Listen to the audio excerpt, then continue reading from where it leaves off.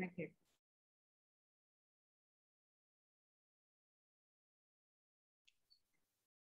வணக்கங்கய்யா.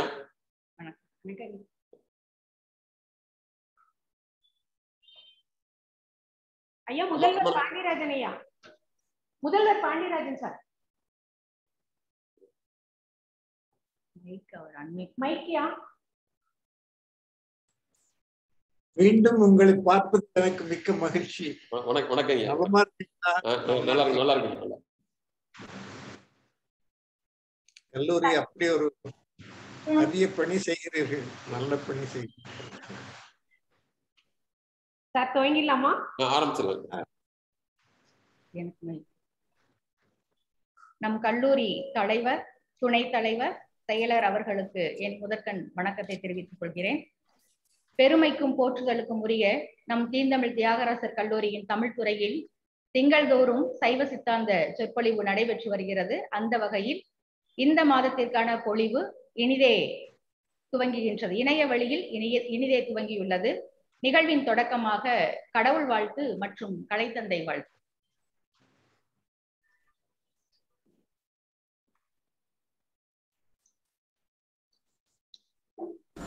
வானாகி மண்ணாகி வழியாகி ஒளியாகி ஊனாகி உயிராகி உள்மையுமாய் இன்மையுமாய் கோனாகி யான் எனதென்றவரவரை கூத்தாட்டு வானாகி நின்றாயை என் சொல்லி வாழ்த்துவனே. கலைத்தந்தை வாழ்த்து.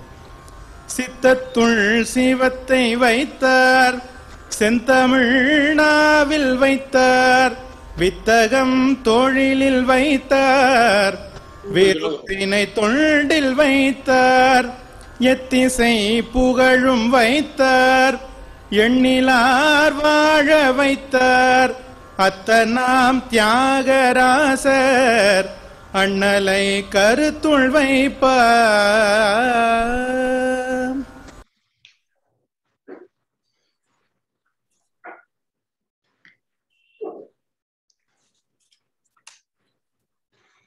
கற்றவர் விழுங்கும் கற்பக கணிகை என்றது திருவிசைப்பா. கற்பகத்தின் பூங்கொம்போ என்றது என்றார் சேக்கிலார். கற்பகத்தை கண்ணுற கண்டேன் யானே என்றார் அப்பர்.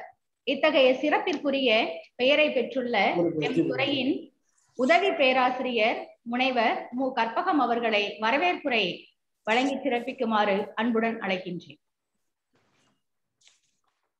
தமிழ் அன்னையையும் என் ஆசானையும் கலைத்தந்தையாரையும் வணங்கி இந்த இணைப்பில் உள்ள அனைத்து சைவ தமிழ்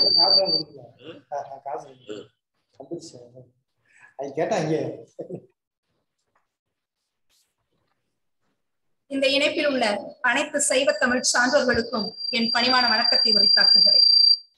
வேண்டத்தக்கது அறிவோனாகவும் வேண்ட முழுதும் தருவானாகவும் இருக்கக்கூடிய எம்பெருமானின் திருவடிகளை பற்றி இந்த உலக மக்கள் ஓய்வு பெற வேண்டும் என்றும் மேன்மைகள் சைவ நிதி உலகெல்லாம் தலைத்தோங்க செய்ய வேண்டும் என்ற நோக்கில் மாதாந்திர சைவ சித்தாந்த சொற்பொழிவு, சைவ சித்தாந்த பயிற்சி வகுப்பு போன்றவற்றை நடத்தி வருகின்ற நம் மேலாண்மையருக்கும் செயலருக்கும் என் பணிவான வணக்கத்தை உரித்தாக்குகிறேன். எண்ணி துணிக கருமம் என்ற வகையில் செய்யும் செயல்களை துணிந்து செயல்படுத்தி கல்லூரியை ஒவ்வொரு நாளும் மேன்மைப்படுத்தி வருகின்ற நம் முதல்வர் அவர்களை நம் அனைவரின் சார்பிலும் வருக வருக என்று வரவேற்கின்றேன். துறையின் அனைத்து ஆசிரியர்களையும் தாயுள்ளத்தோடு வழி நடத்தி சீர்மிகு பணிகளை செவ்வனே செய்து முடிக்கின்ற மங்கை நல்லாலாம் எம் துறை தலைவர் அவர்கள் அம்மா மலர்விழி மங்கையர்க்கரசி அவர்களை அன்புடன் வருக வருக என்று வரவேற்கின்றேன். இந்த கல்வியாண்டின் 2ஆம் சைவ சித்தாந்த சொற்பொழிவு சிறப்புரையாளர் ஐயா மரவன் அவ்வளவு சச்சிதானந்தம் ஐயா அவர்கள் சைவ சித்தாந்த மொழிபெயர்ப்புகள் குறித்து உரையாற்ற இருக்கிறார்கள். அகிலம் போற்றும் அறிவியல் அறிஞர் ஐயா அப்துல் கலாம் அவர்களிடம் விருது பெற்ற பெருந்தகையாளர், கற்பகம் பல்கலைக்கழகத்தாரால் சிறப்பு முனைவர் பட்டம் பெற்றவர், காந்தலகத்தின் சொந்தக்காரர், திருமுறைகளை தருமபுர ஆதீனத்தாருடன் இணைந்து ஆங்கிலம், தெலுங்கு, சமஸ்கிருதம், இந்தி, சிங்களம், பர்மியம் உட்பட பல மொழிகளில் மொழிபெயர்த்து வழங்கியவர். சம்பந்தர் சுந்தரரால் பாடல் பெற்ற திருக்கேதீஸ்வரம், திருக்கோணேஸ்வரம் என்னும் திருத்தலங்களை கொண்ட சைவ பூமியாம் ஈழத்து மரவன் புலவு என்ற ஊரில் அவதரித்த ஐயா கா சச்சிதானந்தம் அவர்களை நம் அனைவரின் சார்பிலும் இரு கரம் கூப்பி வருக வருக என்று வரவேற்கின்றோம். நன்றி உரை நம்மளே இருக்கின்ற எம் துறையின் இளவல் பேராசிரியர் ரே கோவிந்தராஜ் ஐயா அவர்களையும், மூத்த பேராசிரியர் ஐயா காந்திதுரை மற்றும் இந்த நிகழ்ச்சியின் ஒருங்கிணைப்பாளராம் முனைவர் சு உமா மகேஸ்வரி அவர்களையும் நம் அனைவரின் சார்பிலும் வருக வருக என்று வரவேற்கின்றேன். சைவ சித்தாந்த தமிழையும் சைவ தமிழையும் பருக இந்த இணைப்பில் இணைந்திருக்கக்கூடிய நகரத்து பெரியோர்கள், நம் கல்லூரியின் பிற துறை பேராசிரியர் பெருமக்கள், எங்கள் அன்பு மாணவ செல்வங்கள் உள்ளிட்ட அனைவரையும் வருக வருக என்று வரவேற்று அமைகிறேன். நன்றி, வணக்கம். வரவேற்புரை நல்கிய கற்பகம் அம்மா அவர்களுக்கு நன்றி. மெய் வருத்தம் பாரார், பசி நோக்கார், கண் துஞ்சார், எவ்வவர் தீமையும் மேற்கொள்ளார், செவ்வி அருமையும் பாரார், அவமதிப்பும் கொள்ளார், கருமமே கண்ணாயினார் என்றார் குமரகுருபரர். அத்தகைய வழியில் கல்லூரியின் முன்னேற்றத்தில் ஒவ்வொரு நாளும் முனைப்போடு செயல்பட்டு கொண்டு வருகின்ற கல்லூரி முதல்வர் அவர்களை தலைமை உரையாற்றி சிறப்பிக்குமாறு அன்புடன் அழைக்கின்றேன். அனைவருக்கும் அன்பான காலை வணக்கங்கள். எமது கல்லூரி, குறிப்பாக தமிழ்துறை, ஒவ்வொரு மாதமும் இந்த சைவ சித்தாந்த சொற்பொழிவை நடத்தி கொண்டிருக்கிறோம். இம்மாத சொற்பொழிவிற்காக சிறப்புரை ஆற்ற வந்திருக்கின்ற தர்மபுரம் ஆதீனம் பன்னிரு திருமுறை மொழிபெயர்ப்பு ஒருங்கிணைப்பாளர் மரபன் புலவு திரு கா ஐயா சச்சிதானந்தன் அவர்களே, தமிழ்துறை தலைவர் முனைவர் ராம மலர்விழி மங்கையர்கரசி அம்மா அவர்களே, இந்நிகழ்வை ஒருங்கிணைத்துக் கொண்டிருக்கின்ற முனைவர் உமா மகேஸ்வரி அவர்களே, வரவேற்புரை வழங்கிய முனைவர் மு கற்பகம் அவர்களே, தமிழ்துறை பேராசிரியர் பெருமக்களே, மாணவ செல்வங்களே, நகரத்து பெரியவர்களே, இணையவெளியில் இணைந்துள்ள அன்பு உள்ளங்களே, உங்கள் அத்துணை பேருக்கும் எம் கல்லூரியின் சார்பாக பணிவான காலை வணக்கங்களை தெரிவித்துக் கொள்கிறேன். எம் கல்லூரியின் தமிழ்துறை தொடங்கியதிலிருந்து இந்த மாதாந்திர சைவ சித்தாந்த சொற்பொழிவு நடந்து கொண்டிருக்கிறது. இது ஒரு பெஸ்ட் பிராக்டிஸ் என்று சொல்லக்கூடிய ஒரு சிறந்த நிகழ்வு. ஒரு 73 ஆண்டுகள் ஒரு நிகழ்வை ஒவ்வொரு மாதம் நடத்துவது என்பது அவ்வளவு எளிது கிடையாது. எங்களுடைய தமிழ்துறை இதை எடுத்து சிறப்பாக நடத்தி கொண்டிருக்கிறார்கள். எங்கள் தமிழ்துறைக்கு என்னுடைய வாழ்த்துக்களை முதலில் நான் தெரிவித்துக் கொள்கிறேன். இன்றைய நிகழ்விலே சிறப்புரை ஆற்ற இருக்கின்ற ஐயா அவர்கள் எங்களுடைய அழைப்பை ஏற்று இணைய வழியிலே சிறப்புரை ஆற்ற இருக்கின்ற அதற்கு ஒப்புமை கொடுத்ததற்காக எம் கல்லூரியின் நிர்வாகத்தின் சார்பாக பணிவான வணக்கத்தையும் நன்றியும் தெரிவித்துக் கொள்கிறேன். ஐயா அவர்களை பற்றி இணையத்திலே நான் தேடிய பொழுது எனக்கு உண்மையிலே வியப்பாக இருந்தது. ஒரு அறிவியல் படித்தவர், அறிவியலிலே பல்வேறு ஆராய்ச்சிகளை மேற்கொண்டவர், இப்படி தமிழிலே அதுவும் சைவ சித்தாந்தத்திலே எப்படி தலை தோங்குகிறார் என்பது எனக்கு வியப்பாக இருந்தது. ஒன்று மட்டும் புரிந்து கொண்டது, ஐயா அவர்கள் அறிவியலிலே தனித்துவம் பெற்றதனால் அந்த சைவத்திலும் உள்ள அறிவியலை அவர்கள் கண்டுகொண்டார்கள் என்று நினைக்கிறேன். அதுதான் உண்மை. நீங்கள் ஆன்மீகத்திலும் சரி, சைவ சித்தாந்தத்திலும் சரி, ஒரு அறிவியல் மறைந்திருக்கும். அந்த அறிவியலை உணர்ந்தவர்கள் அதில் உள்வாங்கிக் கொள்வார்கள். ஐயா அவர்கள் அறிவியலிலே முதிர்ச்சி பெற்றதினால் சைவ சித்தாந்தத்தின் அறிவியலை உணர்ந்து கொண்டார்கள் என்று நினைக்கின்றேன். எங்களுடைய அழைப்பை ஏற்று இன்று இந்த சொற்பொழிவை நிகழ்த்திருக்கின்ற ஐயா அவர்கள் பல்வேறு வகையான சிறப்புகளை பெற்றிருக்கிறார்கள். பல்வேறு மொழித்திறமை, தமிழ், ஆங்கிலம், சிங்களம், ஜப்பானிய மொழி, அரபிக் மொழி என்று பல்வேறு வகையான மொழிகளிலே தனித்துவம் பெற்றிருக்கிறார்கள். அது மட்டுமல்ல, ஐயா அவர்கள் சுவாலஜி, விலங்கியல் துறையிலே தனித்துவம் பெற்றவர்கள். அது சம்பந்தமாக புத்தகங்களை தமிழிலே மொழிபெயர்த்திருக்கிறார்கள். அது உண்மையிலேயே பாராட்டலுக்குரியது. அதுதான் இப்பொழுது தேவை. உண்மையான நம்முடைய அறிவியல் பாடங்களை தமிழிலே மொழிபெயர்த்து மாணவர்கள் கொண்டு சேர்க்க வேண்டும். ஐயா அவர்கள் அதையும் செய்திருக்கிறார்கள். இப்படி பல்வேறு வகையான பட்டங்கள், சிறப்புகள், பெருமைகளை பெற்றுள்ள ஐயா அவர்களை மீண்டும் ஒரு முறை கல்லூரியின் சார்பாக வருக வருக என்று வரவேற்று அனைவருக்கும் நன்றி கூறி வாழ்த்து கூறி விடைபெறுகிறேன். நன்றி, வணக்கம். தலைமையுரையாற்றி சிறப்பித்த முதல்வர் அவர்களுக்கு மனமார்ந்த நன்றி. மங்கையருக்கு தனி அரசி, வளவர் குல கொழுந்து, மன்னவர் சூழ் தென்னவருக்கு மாதேவியார் என்ற மங்கையர்க்கரசியார் சைவத்துக்கும் சைவ கொள்கைக்கும் செய்வதற்கரிய அருந்தொண்டாற்றியவர். அத்தகைய பெருமைக்குரிய பெயரை தாங்கிய எம் தமிழ்துறை தலைவர் அவர்களை சிறப்பு விருந்தினரை சிறப்பித்து அவர்களை அறிமுகம் செய்து வைக்குமாறு அன்புடன் அழைக்கின்றேன். திருச்சிற்றம்பலம். இன்றெனக்கு அருளி இருள் கடிந்து உள்ளத்து எழுகின்ற ஞாயிறே போன்று நின்றனின் தன்மை நினைப்பற நினைக்கின்றேன். இன்றெனக்கு அருளி இருள் கடிந்து உள்ளத்து எழுகின்ற ஞாயிறே போன்று நின்றனின் தன்மை நினைப்பற நினைக்கின்றேன். ஓம் நமச்சிவாய போற்றி. சிறப்பு விருந்தினர், முதல்வர் உள்ளிட்ட அவையை வணங்கி மகிழ்கின்றேன். இன்றைய தினம் எம் தமிழ் மாணவர்களுக்கும் மதுரையம்பதி ஏன் உலகெங்கும் இருக்கக்கூடிய அனைத்து சைவ அன்பர்களும் இதில் இணைந்திருக்கிறார்கள் என்பது எங்களின் பட்டியலை பார்க்கின்ற பொழுது அந்த இணைப்பிலே நான் காண்கின்றேன். மிகவும் உள்ளம் மகிழ்வு கொள்கின்றது. பாரதி சொல்வானே, நல்லறிஞர் சாத்திரங்கள் மொழிபெயர்த்து தந்துவிட வேண்டும் என்று. அப்படி தமிழர்களினுடைய சைவமாம், சைவத்தின் மேற் சமயமில்லை என்று சொல்லுகின்ற அளவிற்கு சைவத்தினுடைய மேன்மையை உணர்ந்து அதனை உள்வாங்கிக் கொண்டு அதன் சிறப்புகளை எல்லாம் மொழிபெயர்ப்பாக உலக மக்களுக்கு தந்து கொண்டிருக்கக்கூடிய ஒருவர் தான் இன்றைக்கு நமக்கு சிறப்பு விருந்தினராக வந்திருக்கிறார்.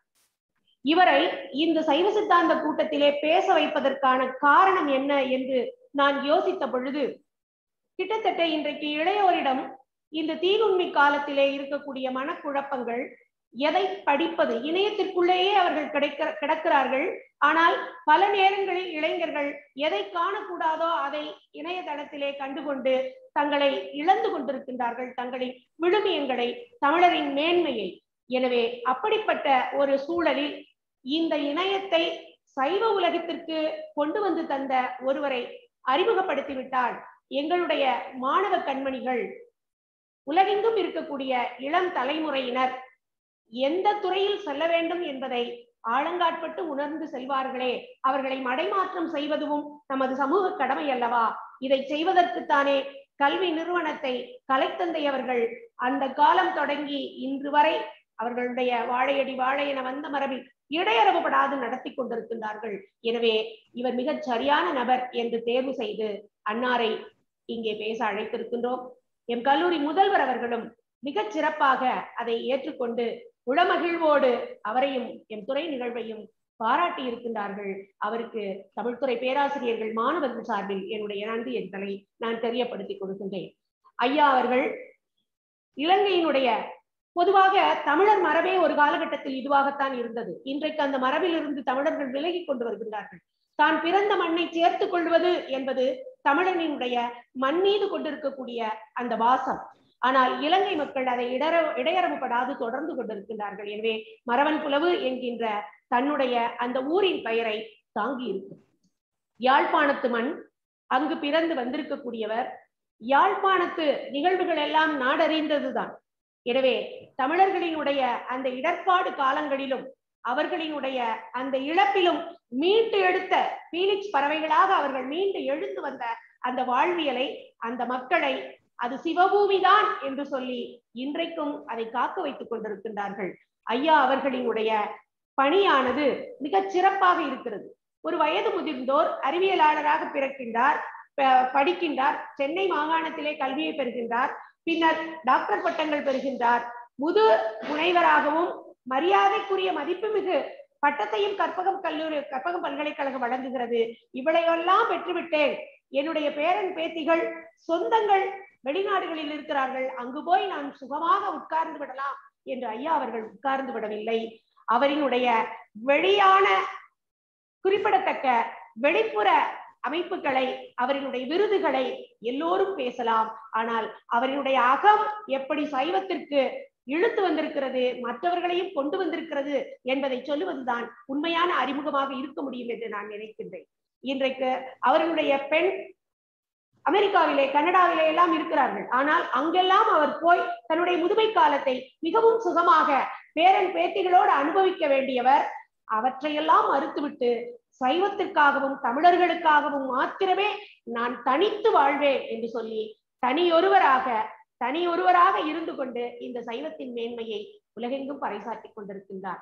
மேன்மைக்குள் சைவ நீதி விளங்குக உலகமெல்லாம் என்று ஏற்றி வைத்து ஆராதனையின் முடிவிலே ஒவ்வொரு சைவரும் வாய் திறந்து சொல்லிவிட்டு சிவபெருமான் பார்த்துக் கொள்வான் என்பதாக இருந்து விடலாம். ஆனால் அப்படி நான் இருக்க போவதில்லை என்று துணிந்து தனி ஒருவனாக எடுத்துக்கொண்டு இன்றைக்கு இலங்கை யாழ்ப்பாணத்திலே சிவபூமியாக தலைமன்னாரை நிறுத்தி கொண்டிருக்கின்றார். அதனை ஒரு நூலாகவும் ஆக்கம் செய்து வெளியிட்டுக் கொண்டிருக்கிறார் என்று பார்க்கிறோம். அந்த வகையில் அவரை இன்றைக்கு அறிமுகம் செய்து வைப்பதில் நான் மிகவும் மகிழ்ச்சி அடைகின்றேன். இரு திறன் அறிவுள இரண்டலா ஆன்மா என்பது நம்முடைய சிவஞான போதம். சத்து சித்து ஆனந்தம், சத்து பொருளாக இறைவன் இருக்கின்றான். சத்து மாத்திரைகளை தேடிக்கொண்டு உடலுக்கான வலிமையை தேடுவதற்கு அலைந்து கொண்டிருக்கின்றோம். உண்மையில் உள்ளத்துக்கு சத்து மாத்திரை எம்பெருமான் சிவபெருமான் தான் என்பதை உணர்ந்து கொண்டோம் என்றால் நாம் அசத்தாக இருக்கக்கூடியவர்கள் சதசத்தாகவும் மாறி இருக்கக்கூடிய அந்த இரண்டலா ஆன்ம தன்மையை மாற்றிவிடலாம் என்கின்றது சிவஞான போதம். அந்த சிவஞான போதத்தினுடைய உண்மை பொருளை உணர்ந்தவராக பெயரை தாங்கி இருக்கின்றார் இன்றைய சிறப்பு விருந்தினர். சத்து சித்து ஆனந்தம், சச்சிதானந்தம் என்பது. எனவே சச்சிதானந்த சொரூபமாக விளங்கி இருக்கக்கூடிய அவரை தனக்கென வாழாது சைவத்திற்கென வாழும் புண்ணிய ஆன்மா யாழ்ப்பாணத்து மன்னார் பூமியை சிவபூமி என்று பறைசாற்றி கொண்டிருக்கக்கூடியவர். அவரினுடைய அந்த www.தேவாரம்.com அதற்குள்ள ORG-க்குள்ள உள்ள போனோம்னா 12 திருமுறைகளை நூல் எழுதி தரலாம் ஒருவர். அந்த நூலை படிப்பவர்கள் மாத்திரம்தான் படிக்க முடியும். எழுத படிக்க தெரியாத இன்றைக்கு இனி வரும் காலகட்டம் எல்லாம் இணையமாகத்தான் போக போகிறது என்பதை இப்போதே உணர்ந்து அவர்கள் சைவ திருமுறைகள் அனைத்தையும் இணையத்தில் ஏற்றி இருக்கின்றார்கள். அந்த இணையத்தை சொடுக்கி ஒவ்வொருவரும் பார்க்க வேண்டும் என்பது என்னுடைய அன்பு வேண்டுகோள்.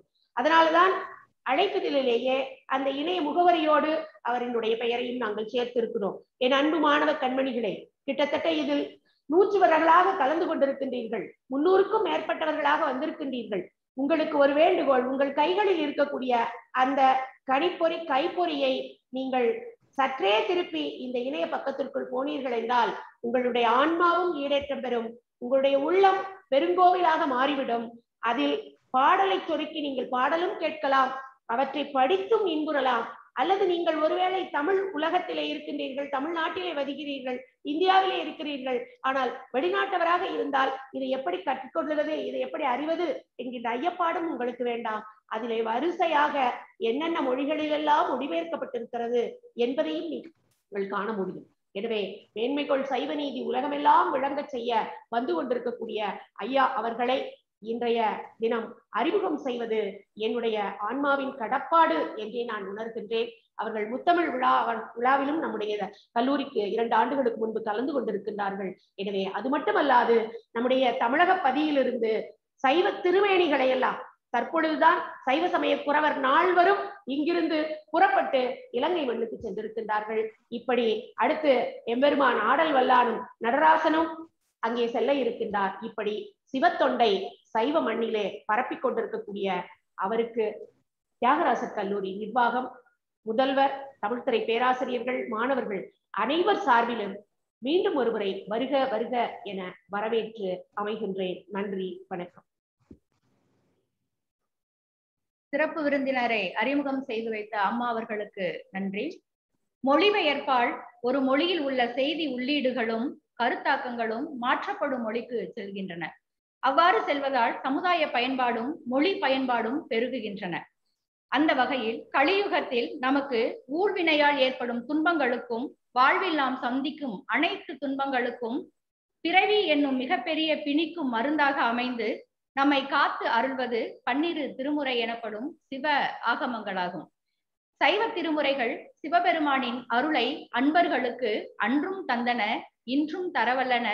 அதனாலேயே இவை அருட்பாக்கள் என்று அழைக்கப்பட்டன. அந்த வகையில் சைவ திருமுறை மொழிபெயர்ப்புகள் குறித்து இன்றைய சிறப்பு விருந்தினராக தருமபுர ஆதீனம் பன்னிரு திருமுறை மொழிபெயர்ப்பு ஒருங்கிணைப்பாளர் மரவன் புலவு திரு க சச்சிதானந்தன் ஐயா அவர்களை சிறப்புரையாற்றி சிறப்பிக்குமாறு அன்புடன் அழைக்கின்றேன். திருச்சிற்றம்பலம். கேட்கிறதா? கேட்கிறது இல்லையா? வான்முகில் விழாது பெய்து மலிவளம் சுரக்க, மன்னன் கோன்முறை அரசு செய்க, குறைவிலாத உயிர்கள் வாழ்க, நான்மறை அறங்கள் ஓங்க, நற்றவும் வேள்வி மல்க, மேன்மைகுள் சைவ நீதி விளங்குக உலகம். மேன்மைகுள் சைவ நீதி விளங்குக உலகம். உலகலாம் உணர்ந்து ஓதுதற்கரியவும். உலகம் முழுவதும் நாங்கள், இந்த பூமி பந்து முழுவதும் நாங்கள் பறந்து செல்வோம் என்ற கண்ணோட்டத்துடன், அறிவு கண்ணோட்டத்துடன், அன்பு கண்ணோட்டத்துடன், அறிவையும் அன்பையும் சிவமாக்கி நினைக்கின்ற மதுரை தியாகராஜர் கல்லூரி முதல்வர் அவர்களே, உங்களுடைய இலட்சணை முத்திரையிலே அறிவையும் அன்பையும் சிவமாக்குவோம் என்று சொல்கின்ற மாபெரும் கருத்தியலை வைத்திருக்கிறீர்கள். கருமுத்து தியாகராஜன் செட்டியார் அவர்கள், கலை தந்தை அவர்கள், அவருடைய துணைவியார் திருமதி ராதா தியாகராஜன் அவர்கள், அவருடைய மகன் கருமுத்து கண்ணனார் அவர்கள், அவருடைய பேரன் ஹரி தியாகராஜன் அவர்கள், மாபெரும் மனிதர்கள். சைவத்தையும் தமிழையும் நங்கூரமாக்கி வாழ்வியலை மேம்படுத்துகின்ற நம்பிக்கையை மக்களுக்கு ஊட்டுவதில் சின்னம் சிறார்களிலிருந்து மாணவர்கள் ஊடாக பெரியவர்களை எல்லோருக்கும் பணி செய்து வருகின்ற பேறு பெற்றவர்கள். கருமுத்து தியாகராஜன் செட்டியார் அவர்கள் சைவத்தில் ஈடுபடுவதற்கு யாழ்ப்பாணம் காரணம். அவர் கொழும்பில் இருந்த பொழுது யாழ்ப்பாணத்து பண்டிதர் ஒருவருடன் தான் சைவ சித்தாந்தத்தையும் தமிழையும் கற்றதாக அவரே எழுதி வைத்திருக்கிறார். யாழ்ப்பாணத்து அறிவு செல்வத்தை தான் பெற்றதாகவும் அதுவே தனக்கு சைவத்திலும் தமிழிலும் அளவற்ற ஈடுபாட்டை கொடுத்ததாகவும் அவர் எழுதி வைத்திருக்கிறார். அவருடைய மகன் கருமுத்து கண்ணனார், எப்படி நான் அவரை பாராட்டுவேன். தேவாரம் தளம் தொடங்கி அந்த தளம் உலகமெங்கும் இணையத்திலே பார்க்கின்ற காலத்திலே ஒரு நாள் எனக்கு அழைப்பு வருகிறது. உங்கள் தளத்துக்கு நான் 25,000 ரூபாய் கொடுக்கிறேன், நீங்கள் யார் என்று கேட்கிறேன். கண்ணன் என்று சொல்கிறார். யார் கண்ணன்? எனக்கு தெரியாதேன்னு சொல்ற. கருமுத்து கண்ணன். இப்படியாக தானாக நினைத்து உவந்து மனம் வியந்து பாராட்டுகின்ற பண்பாடு, அந்த பணிகளிலே பங்களிக்கின்ற பண்பாடு கருமுத்து கண்ணனாருக்கு. அவரை நான் மிகவும் மகிழ்ந்து பாராட்டுகிறேன். அவர் 25,000 ரூபாய் அப்பொழுது 2007 அல்லது 2008 ஆண்டிலே அனுப்பின போது, அவர் அப்பொழுது மதுரை மீனாட்சி அம்மன் கோயில், அருள்மிகு மீனாட்சி அம்மன் உடனுரை சுந்தரேஸ்வரர் திருக்கோயிலுடைய அரங்காவலராகவும் இருக்கிறார். அந்த கோயில் சார்பிலும் 25,000 ரூபாய் அனுப்பியிருந்தார்கள். அவருடைய தூண்டுதலின் பேர்.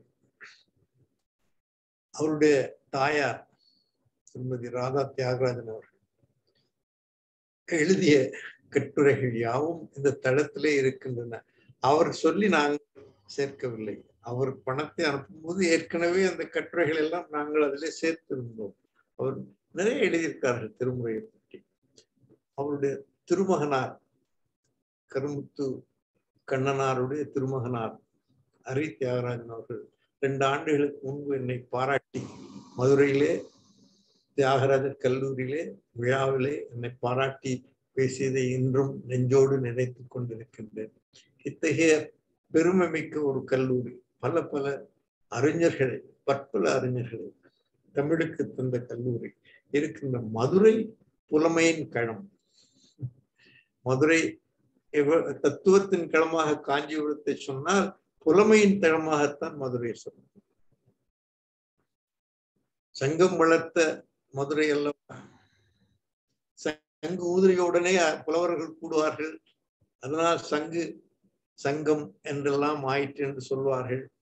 அந்த மதுரையிலே அமைந்துள்ள தியாகராஜர் கல்லூரி, அங்கே இன்றைக்கும் இந்த உரையை கேட்டுக்கொண்டிருக்க ஒரு பெருமகளார் பேராசிரியர் சாரதா நம்பியார் அவருடைய திருமகளார் திருமதி சித்ரா அவர்கள் மதுரையிலிருந்து அரிய பணி செய்கிறார்கள். அவரும் இதை கேட்டுக்கொண்டிருப்பதாக எனக்கு சொல்கிறார்கள். மதுரை அவ்வளவு புகழ்பெற்ற ஒரு யாழ்ப்பாணத்துக்கும் மதுரைக்கும் உள்ள தொடர்பு வரலாற்று காலம் தொடக்கம் இன்றைய வரைக்கும் நெடிய தொடர்பு. அந்த தொடர்பில் அறந்து விடாமல் இருக்கத்தான் போலும் என்னை இன்றைக்கு அழைத்து மதுரை தியாகராஜர் கல்லூரியிலே சைவ சித்தாந்த துறையிலே மாதாந்த உரையிலே என்னை பேச சொல்லி இருக்கிறார்கள்.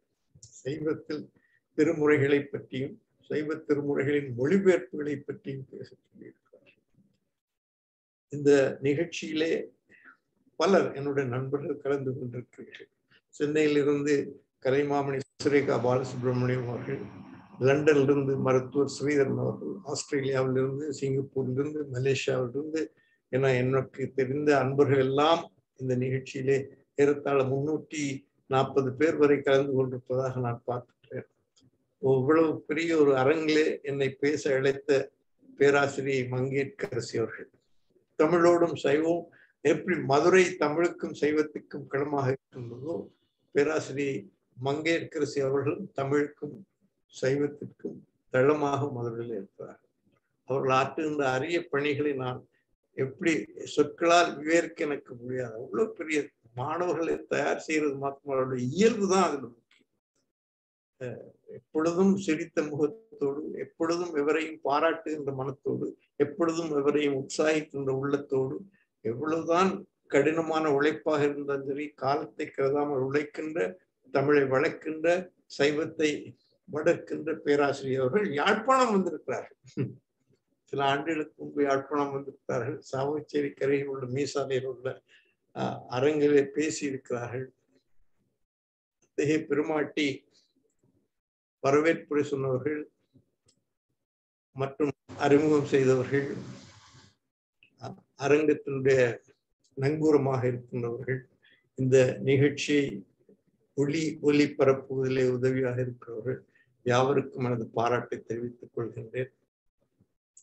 திருமுறைகளை உங்களுக்கு நான் சொல்லி நீங்கள் தெரிந்து கொள்ள வேண்டியதில்லை. மதுரைதான் திருமுறைகளின் களம். மந்திரமாவது நேரு என்ற சொல் மதுரைக்குரிய சொல். மங்கையர்க்கரசி வளவர் கோன்பாவை என்ற சொல் மதுரைக்குரிய சொல். மானினேர் விழி மாதராய் வழுதிக்கு மாபெரும் தேவிகள் மதுரைக்குரிய சொல். தேவாரங்களால் திருமுறைகளால் பொலிந்த நகரம் மதுரை.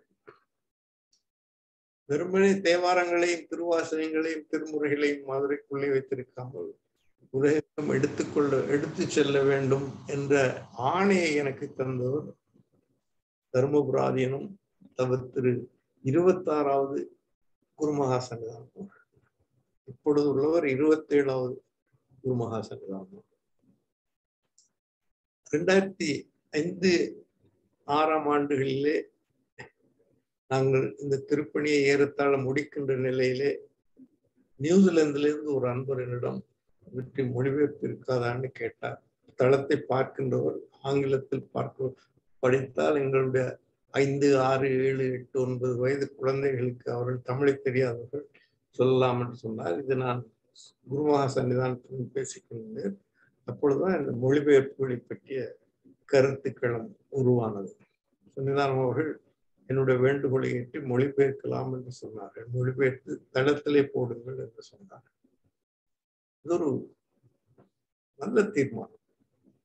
எப்பொழுதும் குரு பீடங்களிலே இருக்கின்றவர்கள் நல்ல அருமையான தீர்மானங்களை மேற்கொள்வதால் தான் சைவ சமயம் இன்றைக்கு நிலை பெற்றிருக்கிறது. அந்த வகையிலே திரு 26வது குருமகா சன்னிதானம் அவர்கள் மொழிபெயர்ப்புக்காக செய்த பெரிய பணி, மொழிபெயர்ப்பை தூண்டிவிட்ட பணி, மொழிபெயர்ப்புக்காக என்னை ஒருங்கிணைப்பாளராக ஆக்கிய பணி, இவற்றையெல்லாம் நாங்கள் நினைக்கும் பொழுது குனித்த பூர்வம், கோவை செவ்வாய் குமிழ் சிரிப்பு, பனித்த சடை, பவளம்போல் மேனி, பால் வெண்ணீர், இனித்த முடிய எடுத்த பொற்பாதம், இவர் ஒவ்வொரு நாளும் நான் மயிலாடுதுறை போக்கு முந்தி ஒவ்வொரு முறையும் சிதம்பரம் விடிய காலையில சிதம்பரம் போய் அருள்மிகு நடராஜ பெருமானையும் சிவகாமி அம்மையாரையும் வணங்கி விட்டுத்தான் மயிலாடுதுறைக்கு போவேன்.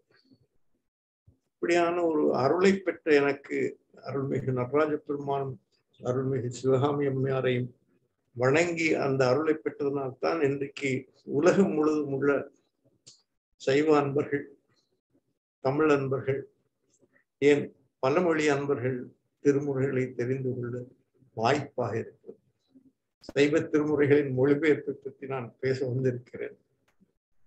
சைவ திருமுறைகளை எப்பொழுதும் சைவ திருமுறைகளில் முதல் பாடல் நக்கீரர் எழுதிய திருமுருகாற்றுப்படை. காலத்தால் பழைய பாடல் நக்கீரர் எழுதிய திருமுருகாற்றுப்படை. அதற்கு அடுத்து வருவது காரைக்கால் அம்மையாருடைய பாடல்கள். கிடைப்பவை மட்டும்தான் நாங்கள் பார்ப்போம். காரைக்கால் அம்மையாரை வல்லவர்கள் போற்றிய வரலாறுகளை எங்களுக்கு தெரியவில்லை. அப்படி போற்றினார்கள். பல்லவ மன்னர்களுடைய போற்றுதலுக்கான குரு முதல்வராக காரைக்கால் அம்மையார் இருந்திருக்கிறார். காஞ்சிபுரத்திலே அதற்கான பதிவுகள் இருக்கின்றனோ இல்லையோ, போர்கள் பல எங்களுடைய பதிவுகளை அழித்து விட்டன. ஆனாலும் கம்போடியாவிலும் தாய்லாந்திலும் அந்த பதிவுகள் இருக்கின்றன. பல்லவர்கள் அங்கு சென்று காரைக்கால் அம்மையாருக்கு சிலை வடித்திருக்கிறார். பல்லவர்கள் தந்த பெரிய கொடை திருவாலங்காட்டிலே, காஞ்சிபுரத்துக்கு கொஞ்சம் வடக்கு தானே திருவாலங்காடு, அங்கே காரைக்கால் அம்மையார் இருந்திருக்கார்கள். காரைக்கால் அம்மையாரை கம்போடியாவுக்கு எடுத்து சென்றிருக்கிறார்கள். தாய்லாந்துக்கு எடுத்து சென்றிருக்கிறார்கள். அங்கேயெல்லாம் அவருக்கு சிலை வைத்திருக்கிறார். எங்கே சிலை வைத்திருக்கிறார்கள்? கருவறை வாயிலே உள்ள முகப்பிலே ஆடல் வல்லான் ஒரு பக்கம் காரைக்கால் அம்மையார் பாடுகிறார், மற்ற பக்கம் நந்தியம்பெருமான் மத்தளம் வாசிக்கிறார், அவர் ஆடுகிறார். இப்படியான ஒரு அரிய காட்சியை கம்போடியாவில் உள்ள பல சிவன் கோயில்களை நீங்கள் காணலாம். இந்த காலத்துல என்ன ஒரு நல்ல முயற்சி, பல்லவர்கள் கிரந்தத்தை எடுத்து சொன்னார். கிரந்த 42 வரி வடிவங்கள் கொண்ட கிரந்த மொழியை கண்டுபிடித்த பெருமக்கள் பல்லவர் காலத்து தமிழ் மக்கள். அந்த கிரந்த வரி வடிவத்தையும் அவர்கள் எடுத்து சொன்னார். நான் நினைக்கிறேன், எங்களுக்கு தெரியாத ஒரு செய்தி, காரைக்கால் அம்மையாருடைய பணுவர்கள் அனைத்தும் கிரந்த மொழியிலே கம்போடியாவுக்கும் தாய்லாந்துக்கும் சாவகத்துக்கும் மலை கடாரத்துக்கும் கொடுக்கப்பட்டிருக்கின்றது. இதைத்தான் நான் முதல் ஒளிபெயர்ப்பாக கருதுகிறேன். இப்பொழுது அந்த செய்தி வரும் சிலைகளை மாத்திரம் பார்க்கும், சிலைகளை மட்டும் அங்கே கொடுத்திருக்க மாட்டார்கள். நிச்சயமாக அந்த அம்மையாருடைய பாடல்கள் அப்பொழுது தேவாரம் திருவாசகம் தோன்றாத காலங்கள், திருமூலர் தொடர்பான கால வரலாறுகளை பார்த்தா கூட அம்மையாருடைய பாடல்கள் தான் அன்றைக்கு திருமுறை பாடல்களாக இருந்திருக்கின்றன. இந்த பாடல்களை மொழிபெயர்த்து தான் கொடுத்திருக்கார்கள், எங்களுக்கு செய்ய தெரியாது. அதற்கு பின்பு ஏறத்தாழ 18,268 பாடல்கள் 12 திருமுறைகள் இருக்கின்றன. அதற்கு பின்பு அப்பர் பெருமான் வருகிறார், திருஞான சம்பந்த பெருமான் வருகிறார், சுந்தரர் வருகிறார், மாணிக்க வாசகர். பெருமக்கள் அடியார்கள் பாடல்களை எழுதி கொண்டு போயிருக்கிறார்கள். 18,268 பாடல்கள். இது ஒரு கொடை அல்லவா, தமிழ் அல்லவா? வடமொழி எழுத்துக்கள் கலவாத 247 எழுத்துக்களுக்குள்ளேயே அடங்கிய திருமுறை தமிழ் அல்லவா? இன்றைக்கு நாங்கள் அந்த 247 எழுத்துக்கு வெளியே போய் எழுத்துக்களை எல்லாம் சேர்த்து எழுதுகின்ற முயற்சியில ஈடுபடுகிறோம். இப்படி அல்ல, திருமுறைகளிலே 12 திருமுறைகளிலே எழுத்துக்கள் 247 எழுத்துக்கள் தான் இருக்கின்றன. அந்த வரி வடிவங்களுக்குள்ளேதான் எங்களுடைய முன்னோர் 27 அருளாளர்களும் எங்களுக்கு செய்திகளை தந்திருக்கிறார். இப்போ வரி வடிவங்கள் 247ன்னா அப்போ அந்த மற்றவர்கள் படிக்க முடியாதா? கிரந்தத்துல நிச்சயமாக அவை ஒலிபெயர்க்கப்பட்டிருக்க வேண்டும். ஆனா அன்றைக்கு லிங்குவா பிராங்கா அப்படின்னு ஆங்கிலத்திலே சொல்வார்கள். ஸ்கிரிப்டா பிராங்கா, அது அது ஒலி அது மொழி அல்ல, கிரந்த மொழி அல்ல, அது வரி வடிவம் தான். ஸ்கிரிப்டா பிராங்காவா இருந்தது கிரந்தம். எங்க வரைக்கும் இருந்தது? பிலிப்பீன்ஸ், சீனா வரைக்கும் ஒரு பெரிய நிலப்பரப்பில், கடற்பரப்பில் பயன்படுகின்ற அறிவு சார்ந்த, புலமை சார்ந்த ஒரு வரி வடிவமாக கிரந்தம் இருக்கின்றது. அதிலே தான் காரைக்கால் அம்மையாருடைய பாடல்கள் ஒலிபெயர்ப்பாக சென்றிருக்க வேண்டும், அது மொழிபெயர்ப்பாகவும் சென்றிருக்க வேண்டும் எங்களுக்கு. பிறகு எங்களுக்கு மொழிபெயர்ப்பு என்று வரும்பொழுது முதலாக எங்களுக்கு தெரிந்த செய்தி 1145 திருவள்ளுவருக்கு பின்பு 1175 ஆண்டு சேக்கிழார் சிதம்பரத்திலே 1000 கால் மண்டபத்திலே சித்திரை முழு நாளிலே சித்திரை அரங்கேற்றுகிறார் பெரிய புராணம். அதுவரைக்கும் நாங்க மொழிபெயர்ப்புகளை பார்க்க முடிந்ததா எனக்கு தெரியாது. ஆனா அதுக்கு பிறகு முதல் மொழிபெயர்ப்பை நான் பார்க்கிறேன். 60 ஆண்டுகளுக்கு பின்பு சேக்கிழார் அரங்கேற்றி 1179 ஆண்டுகளுக்கு பின்பு, திருவள்ளுவருக்கு 1170 ஆண்டுகளுக்கு பின்பு சேக்கிழாருடைய அரங்கேற்றம். 1200 திருவள்ளுவருக்கு 1230 ஆண்டு கன்னடத்துக்கு பெரிய புராணம் தழுவலாக மொழிபெயர்க்கிறார். முதல் மொழிபெயர்ப்பு எங்களுக்கு தெரிந்த இருக்கின்ற மொழிபெயர்ப்பு.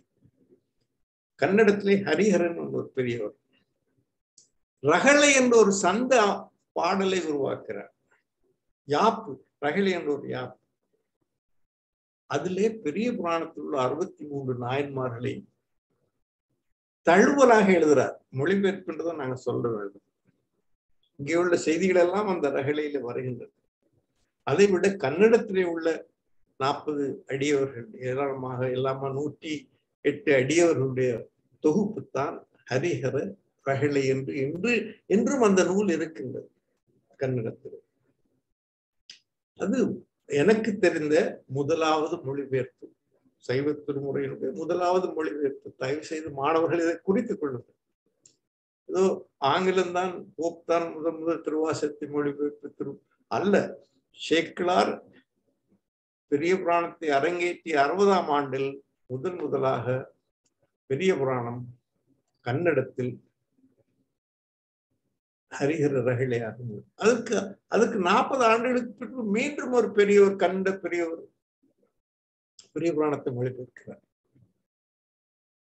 இது ஒரு பெரிய புராணம். சேக்கிழார் முதலமைச்சராக இருந்தது மட்டுமல்ல, அவர் இல்லாத காலத்திலே அவருடைய எழுத்துக்கள், அவருடைய செய்திகள், அவர் சொல்ல வந்த பொருள், திருமுறையிலே சொல்ல வந்த பொருள் யாவும் கன்னடத்துக்கு ஒரு மொழிபெயர்ப்பாக அல்ல, 2-3 மொழிபெயர்ப்புகளாக அடுத்த 100 ஆண்டுகளுக்குள் சென்றடைகின்றது. அதை கொடுத்து பசவர் தெலுங்குக்கு கொண்டு செல்கிறார். பேராசிரியர் ஜெயபிரகாஷ் திருப்பதி பல்கலைக்கழக, திருப்பதி வெங்கடேஸ்வர பல்கலைக்கழகத்திலே தமிழ் பேராசிரியர், மதுரையிலே தமிழ் பேராசிரியர் இருந்தவர். அவர் பசவருடைய தெலுங்கு மொழிபெயர்ப்பை தமிழுக்கு கொண்டு வந்தார். பெரிய புராணம் தெலுங்குக்கு போய் மீண்டும் தமிழுக்கு வந்திருக்கிறது. சுருக்கமாக முதல்ல கன்னடம், அப்புறம் தெலுங்கு. இது பெரிய புராணம் தான் முதல்ல போகுது அப்படின்னு நாங்க நினைச்சிட்டோம். 3வது மொழிபெயர்ப்பு பெரிய புராணத்துக்கு காஞ்சிபுரத்திலே ஏகாம்பரநாதர் கோயில் உள்ள கல்வெட்டு சொல்ல உபமன்யு பக்த விலாசம் கல்வெட்டிலே எழுதியிருக்கார். அந்த நாயக்கமலன் அவருக்கு வீட்டை தாரமாக கொடுக்கிறார், அன்பளிப்பாக கொடுக்கிறார். என்னத்துக்காக? பெரிய புராணத்தை வடமொழிக்கு மொழிபெயர்ப்பு. அதுதான் எங்களுக்கு கிடைக்கின்ற முதலாவது மொழிபெயர்ப்பு. இன்று வரைக்கும் அந்த நூல் கிடைக்கின்றது. எனக்கு ஒரு படியை தந்த பெருமகனார் தஞ்சாவூர் சேக்கிழார் அடிப்பொடி தீனா ராமச்சந்திரன் அவர்கள், முதுமுனைவர் என யாழ்ப்பாணம் பல்கலைக்கழகத்தால் பெருமை மதிப்பூட்டிய பெருமகனார் ராமச்சந்திரன் அவர்கள் எனக்கு அந்த உபமன்யு பக்த விலாசத்தில் ஒரு படியை தந்தார்கள். அதை நான் இப்பொழுது கிரந்தத்தில் தட்டச்சு செய்வித்துக் கொண்டிருக்கிறேன். யாழ்ப்பாணத்தில் உள்ள சசிதர குருக்கள் என்ற பெருமகனார், யாழ்ப்பாண பல்கலைக்கழகத்திலே பேராசிரியராக இருக்கின்ற சசிதர குருக்கள் என்ற பெருமகனார் அந்த உபமன்யு விலாசத்தை கிரந்தத்தில் தட்டச்சு செய்து கொண்டிருக்கிறார்கள். அது கிடைப்பது அரிதான ஒரு நூல். அதற்கு பின்பும் வடமொழியிலே 2-3 மொழிபெயர்ப்பு காஞ்சிபுரத்திலே. நீங்க தேடி கண்டுபிடிக்கணும். நான் உங்களுக்கு இன்னும் தகவலை சொல்லலாம், ஆனால் தேடலுக்கு நான் இடம் கொடுக்க வேண்டும். மூன்றாவதாக, அதாவது முதலாவது நான் கன்னடத்தை சொன்னேன், இரண்டாவது தெலுங்கு சொன்னேன். பெரிய புராணம் தான், வேற நினைவு எங்களுக்கு பதிவு கிடையாது. நான் முதல்ல காரைக்காலமே நிச்சயமாக மொழிபெயர்த்துள்ளார்கள் காரைக்காலமே, ஆனா எங்களுக்கு பதிவு இல்லை. ஆனா பெரிய புராணம் ஹரிஹர ரகளை பதிவு இருக்கிறது. அதுக்கு பின்பு வந்த நூல்கள் பதிவு இருக்கின்றன. பசவ புராணம் பதிவு இருக்கின்றது. உபமன்யு பத்து விலாசம் பதிவு இருக்கின்றது. இவை தொடக்க மொழிபெயர்ப்புகள். கன்னடத்துல இப்ப நான் பெரிய புராண மொழிபெயர்ப்புல மட்டும் முதல்ல நான் சொல்லிடுறேன். வடமொழியில மொழிபெயர்த்தப்போ யார் அப்புறம் மொழிபெயர்த்தாங்க? இடைவெளியில பெரிய புராணத்தை புரிந்து மொழிபெயர்ப்புன்னா என்ன? அது எங்க அருமையா அறிமுகம் செய்யும் போது சொன்னார்கள். அந்த அறிமுகம் செய்த அருமையான பேராசிரியர் சொன்னாங்க, ஒரு செய்தி உதாரணமா நான் சொல்றேன். நெருப்பை ஒருத்தர் கண்டுபிடிக்கிறார், அறிவு, தொழில்நுட்ப அறிவு. என்ன ஒருத்தர் சொன்னத்தானே அதுக்கு பயன்பாடு இருக்கும். தனக்கே வைத்துக் கொண்டால் எப்படி? வண்டில் சில்லை கண்டுபிடித்தவர், சக்கரத்தை கண்டுபிடித்தவர் மற்றவருக்கு காட்டி கொடுக்க வேண்டும். மொழிபெயர்ப்பு ஒலிபெயர்ப்பெல்லாம் ஒருவருடைய அறிவை மற்ற சமூகத்துக்கு எடுத்து செல்கின்றதுதான் மொழிபெயர்ப்பு. அந்த வகையிலே உரைநடையை கூட நாங்கள் மொழிபெயர்ப்புன்னு சொல்லலாம். புரியாத பாடல்களை தமிழிலேயே புரிய வைக்கிறதே ஒரு வகை மொழிபெயர்ப்பு தான். ஆர்மோனாவலர் பெரிய புராணத்தை செய்யுள் வடிவத்திலிருந்து உரைநடைக்கு மாற்றி பெருமானார். சூசனம் என்று தந்தார், பெரிய புராணம் வசனம் என்று தந்திருக்கிறார். அதையும் நான் மொழிபெயர்ப்பாக கருதாவிட்டாலும் அது ஒரு வகை மொழிபெயர்ப்பு. ஏன்னா அந்த கால மக்களுக்கு செய்யுள் புரியவில்லை. உரைநடையில் சொன்னால்தான் புரியும். செய்தியை சொல்வதற்குத்தானே அறிவு, அறிவு பரம்பலுக்காத்தானே அறிவு. அது மொழி ஒரு கருவிதானே. அந்த மொழியிலே ஒரு யாப்பு வடிவம் என்னும் ஒரு கருவிதானே. அது உரைநடை வடிவம் ஒரு என்னும் ஒரு கருவி, என்னும் ஒரு வரி வடிவம் என்னும் ஒரு கருவி, என்னும் ஒரு மொழி என்னும் ஒரு கருவி. ஸோ அறிவு பரம்பல் தானே மொழிபெயர்ப்பு நோக்கம். இந்த வகையிலே ஆர்மோனாவலர் உரைநடைகளை தருகிறார். ஆர்மோனாவலர் உரைநடைகளை தந்த பிறகு பெரிய புராணம் உரைநடைகளை தந்தவர் ஜெர்மன் மொழியிலே தந்திருக்கிறார். 1925 அல்லது 1956 திருவள்ளுவருக்கு பின்பு 1956 ஜெர்மன் மொழியிலே ஒருவர் தந்திருக்கிறார். ஷூமரஸ் பேர். ஆனா அது உரைநடைதான். அவர் பெரிய புராணத்தை மட்டும் ஒரே நூல்ல பெரிய புராணத்தையும் திருவாதூர் புராணத்தையும் தந்தார். அவர் திருவாசகத்தையும் மொழிபெயர்த்திருக்கிறார். 1925 நூலாக இப்பொழுதும் கிடைக்கின்றன அந்த நூல்கள். நாங்க அவர் மொழிபெயர்த்த திருவாசகத்தை நாங்க அச்சிட்டு வெளியிட்டு இருக்கிறோம். தர்மபுரம் சன்னிதானத்துடைய ஆசிரியருக்காக காத்துட்டு இருக்கோம்.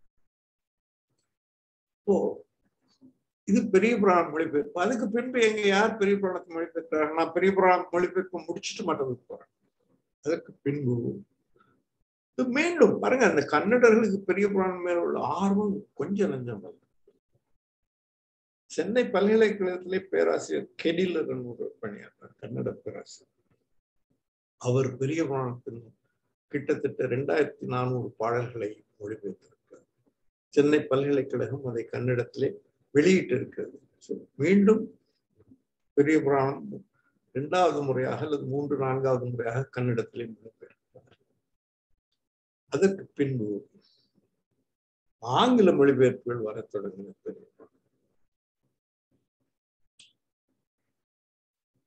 வான்மீகநாதன், சேக்கிழார் அடிப்படி டி என் ராமச்சந்திரன், ரமணாஸ்வரத்துல ரங்காச்சாரி, இவர்கள் பெரிய புராணத்தை ஆங்கிலத்திற்கு கொண்டு சென்றவர்கள். மிக அருமையான மொழிபெயர்ப்பை தந்தவர் சேக்கிழார் அடிப்படி ராமச்சந்திரன் பெருமகனார் அவர்கள். தஞ்சாவூரில் உள்ள தமிழ் பல்கலைக்கழகம் அந்த மொழிபெயர்ப்பை வெளியிட்டிருக்கிறார். அந்த மொழிபெயர்ப்பு தான் யாழ்ப்பாண பல்கலைக்கழகம் அவருக்கு முதுமுனைவர் பட்டத்தை கொடுப்பதற்கு தருணமாக உள்ளது. அத்தகைய ஒரு தரமான மொழிபெயர்ப்பு இப்பொழுதும் தஞ்சாவூரிலே தமிழ் பல்கலைக்கழக வெளியீடுகளில் ஒன்றாக நீங்கள் வாங்கிக் கொள்ளலாம். இதுதான் மொழிபெயர்ப்பு. மகாலிங்கம் ஐயா தான் வான்மீகநாதன் ஐயா வச்சு மொழிபெயர்த்திருக்கார், ஆங்கிலத்தில் மொழிபெயர்த்தார். பொள்ளாச்சி மகாலிங்கம் ஐயா அதே போல ரமணாசிரமத்துல பாருங்க, அந்த ரமண மகா முனிவருடைய வரலாற்றை படிப்பவர்கள் வெங்கட்ராமன் தான் ஒரு பேர், இயற்பெயர் அல்லது வீட்டு பெயர். அவர் முதல் தன்னுடைய நூலாக படித்தது, முழுமையாக படித்தது பெரிய புராணத்தை தமிழில் படித்தது. அவருடைய அதுக்குள்ள மூழ்கிய பின்புதான் அவர் ஆன்மீகத்திலே முழுமையாக மூழ்க இருக்கிறார். இது ரங்காச்சாரி சொல்றார் தன்னுடைய நூல் முன்னுரை. இந்த பெரிய புராணத்தை ரமணாசிரமம் ரங்காச்சாரி அவர்கள் மூலம் ஆங்கிலத்திலே வெளியிட்டிருக்கிறார். மொழிபெயர்ப்புகளை நீங்க பார்த்துட்டு வரீங்க. பெரிய புராணத்தை இவ்வளவு நீண்ட ஒரு வரலாறு இருக்கு பெரிய புராணம் மொழிபெயர்ப்பு. நாங்க முதல்ல காரைக்காலமே மொழிபெயர்த்திருக்கலாம்னு கருதணும். அதற்கு முந்தைய திருமுருகாற்றுப்படை தான் கந்த புராணமா, கந்த புராணம் திருமுருகாற்றுப்படையா, காளிதாசர் எழுதின காந்த புராணம், இவற்றையெல்லாம் பார்க்கும்போது திருமுருகாற்றுப்படையைத்தான் நான் அடித்தளமாக கொள்கிறேன். திருமுருகாற்றுப்படைக்கு பின்புதான் காளிதாசர் அல்லது குப்தர் காலத்தில் வந்த புராணங்கள் வருகின்றன. முருகன் கார்த்திகை புராணங்கள், கந்த புராணங்கள் வருகின்றன, ஸ்காந்த புராணங்கள் வருகின்றன. அதற்கு பின்பு கச்சியப்பர் காஞ்சிபுரத்திலே கந்த புராணத்தை எழுதுகிறார். இப்போ மொழிபெயர்ப்புகளா அல்லது மொழி மாற்றங்களா அல்லது ஒலிபெயர்ப்புகளா அல்லது உரைநடைகளா என்று பார்க்கும் பொழுது திருமுறைகள் நல்ல அடித்தளத்தை கொடுத்திருக்கின்றன. சைவ திருமுறைகளுடைய அடித்தளம் மொழிபெயர்ப்புக்கான தேவை, எங்களுடைய அறிவு செல்வம் அங்கேதான் அடங்கி இருக்கின்றது. தமிழருடைய அறிவு செல்வம் திருமுறைகளில் இருப்பதால் தான் இத்தனை மொழிபெயர்ப்புகள் பெரிய புராணத்திற்கு. காரைக்காலமே இருக்கொண்டு என்னது அங்க வச்சிருக்காங்க, சிலையை வச்சிருக்காங்க கம்போடியாவில், தாய்லாந்துல. எப்படி திருமுருகாற்றுப்படி எடுத்து சொல்லியிருக்காங்க. எப்படியான ஒரு சூழ்நிலை மற்ற நூல்களை மற்ற மொழிக்கு நாங்கள் கொண்டு செல்ல வேண்டும் என்று தவத்திரு குருமகா சன்னிதானம் என்னிடம் சொன்னார்கள். இந்த சூழ்நிலையை நான் அவருக்கு புரிய வைக்க அந்த நேரம் என்னால் முடியவில்லை. ஆனால் சேக்கலார் அடிப்பொடியுடைய வீட்டிலே நான் போய் தேடல், அங்குதான் அந்த மொழிபெயர்ப்புகளுடைய படிகள் எல்லாம் கிடைக்கும். அவர் ஒரு பெரிய மகான். மொழிபெயர்ப்புக்கு இன்னைக்கு தமிழ்நாட்டில் ஒருவர் வழிகாட்டியா இருக்கும்னா சேக்கலார் அடிப்பொடி தான். சைவ திருமுறைகள் மொழிபெயர்ப்பு அவர் இப்பொழுது அமரராகி இருந்தாலும் அவர் காலத்தில் அவர் சைவ திருமுறைகள் அனைத்தையும் ஆங்கிலத்துக்கு மொழிபெயர்த்தார். பெரிய புராணத்தை இன்னும் ஒரு பெரிய ஒரு சில பகுதிகளை மொழிபெயர்த்து சின்ன சின்ன நூல்களாக்கி மாணவர்களை கொடுத்திருக்கிறார். கும்பகோணத்திலே அரசு கலைக்கல்லூரியில பேராசிரியராக இருந்தவர் தீட்சிதர், அப்பையா தீட்சிதர் வெளிவந்தவர் பேராசிரியர் சங்கர் நாராயணன். அவர் என்ன செய்வார், இவ்வளவு எல்லாத்தையும் ஒரேடியா கொண்டு போய் கொடுத்தால் மாணவர்கள் பயில மாட்டார்கள் என்பதற்காக 20 சின்ன சின்ன நூல்களாக 20 பக்கம் 30 பக்கத்துல ஆங்கிலத்துல மொழிபெயர்ப்பது, படங்களை போட வேண்டியது, சச்சிதானந்த இதை அச்சிட்டுதான்னு கேட்க வேண்டியது, எல்லாரிடம் கொடுக்க வேண்டியது. அது பெருமானார் கும்பகோணம் ஆங்கில பேராசிரியர் சங்கர் நாராயணன் அவர்கள் ஒரு நாங்க எடுத்து சொல்லிருக்கோமா இல்லையா, எங்க சமுதாயம் எங்களுடைய அறிவு செல்வத்தை கொடுத்திருக்கிறது. அது திருமுருகாற்றுப்படையா இருந்தாங்க, காரைக்காலம் பெரிய புராணமா இருந்தாங்க. இந்த சூழ்நிலையில் தான் மேல நாட்டு மொழிகளிலே முதலாக மொழிபெயர்ப்பாக இருந்தது திருவாசகம். திருச்சியில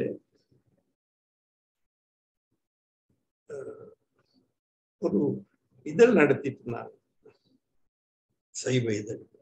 ஜேஎம் ஒரு முதலியார், அவருடைய அந்த இதழிலே திருவாசகத்தை முதல்ல மொழிபெயர்த்து எழுதியவர் யாழ்ப்பாணத்தை சேர்ந்த சார் பொன்னம்பலம் அருணாசலம்.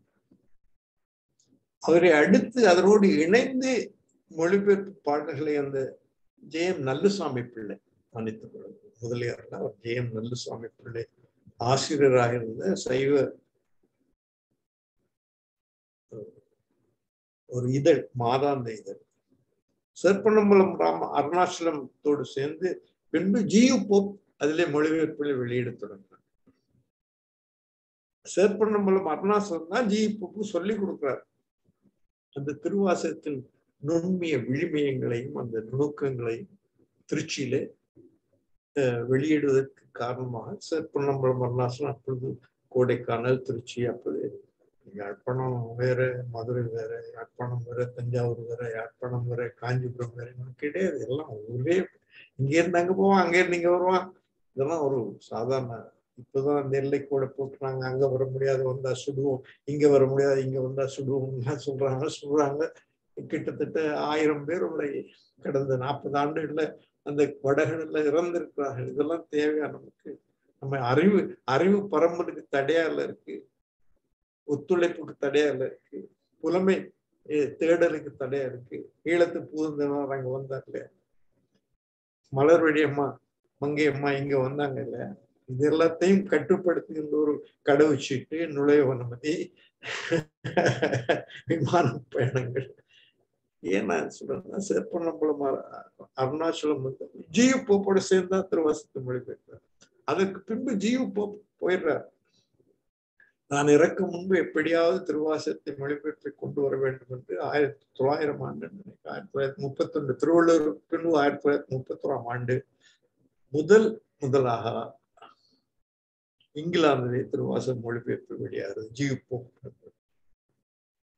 மேல நாட்டுக்கு சென்ற சைவ திருமுறைகள் முதலாவது திருவாசகம் எனக்கு தெரிந்தவர்கள் வேற போயிருக்கலாம்.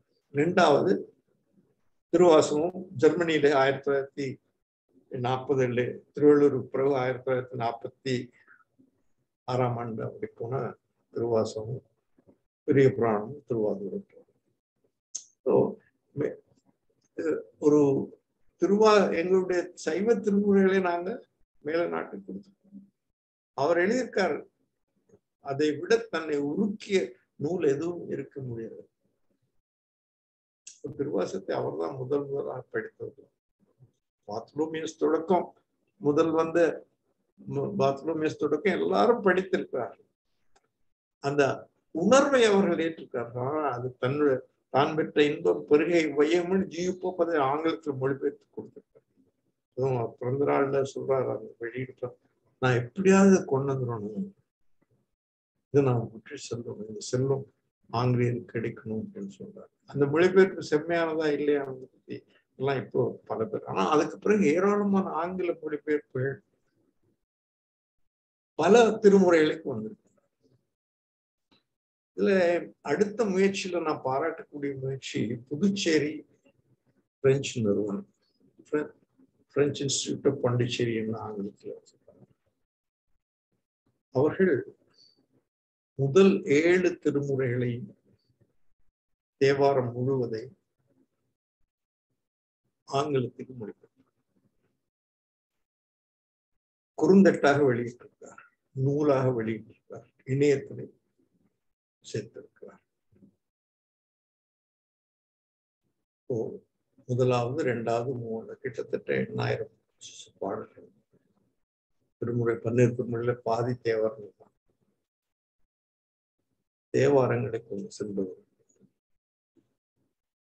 புதுச்சேரி பிரெஞ்சு நிறுவனத்தார் செய்து கொடுத்த ஒரே ஒரு பெருமானார். 7 திருமுறைகளை ஒரே ஒரு பெருமானார் மொழிபெயர்த்தார். அவருடைய பெயர் சுப்பிரமணியம் ஐயர்.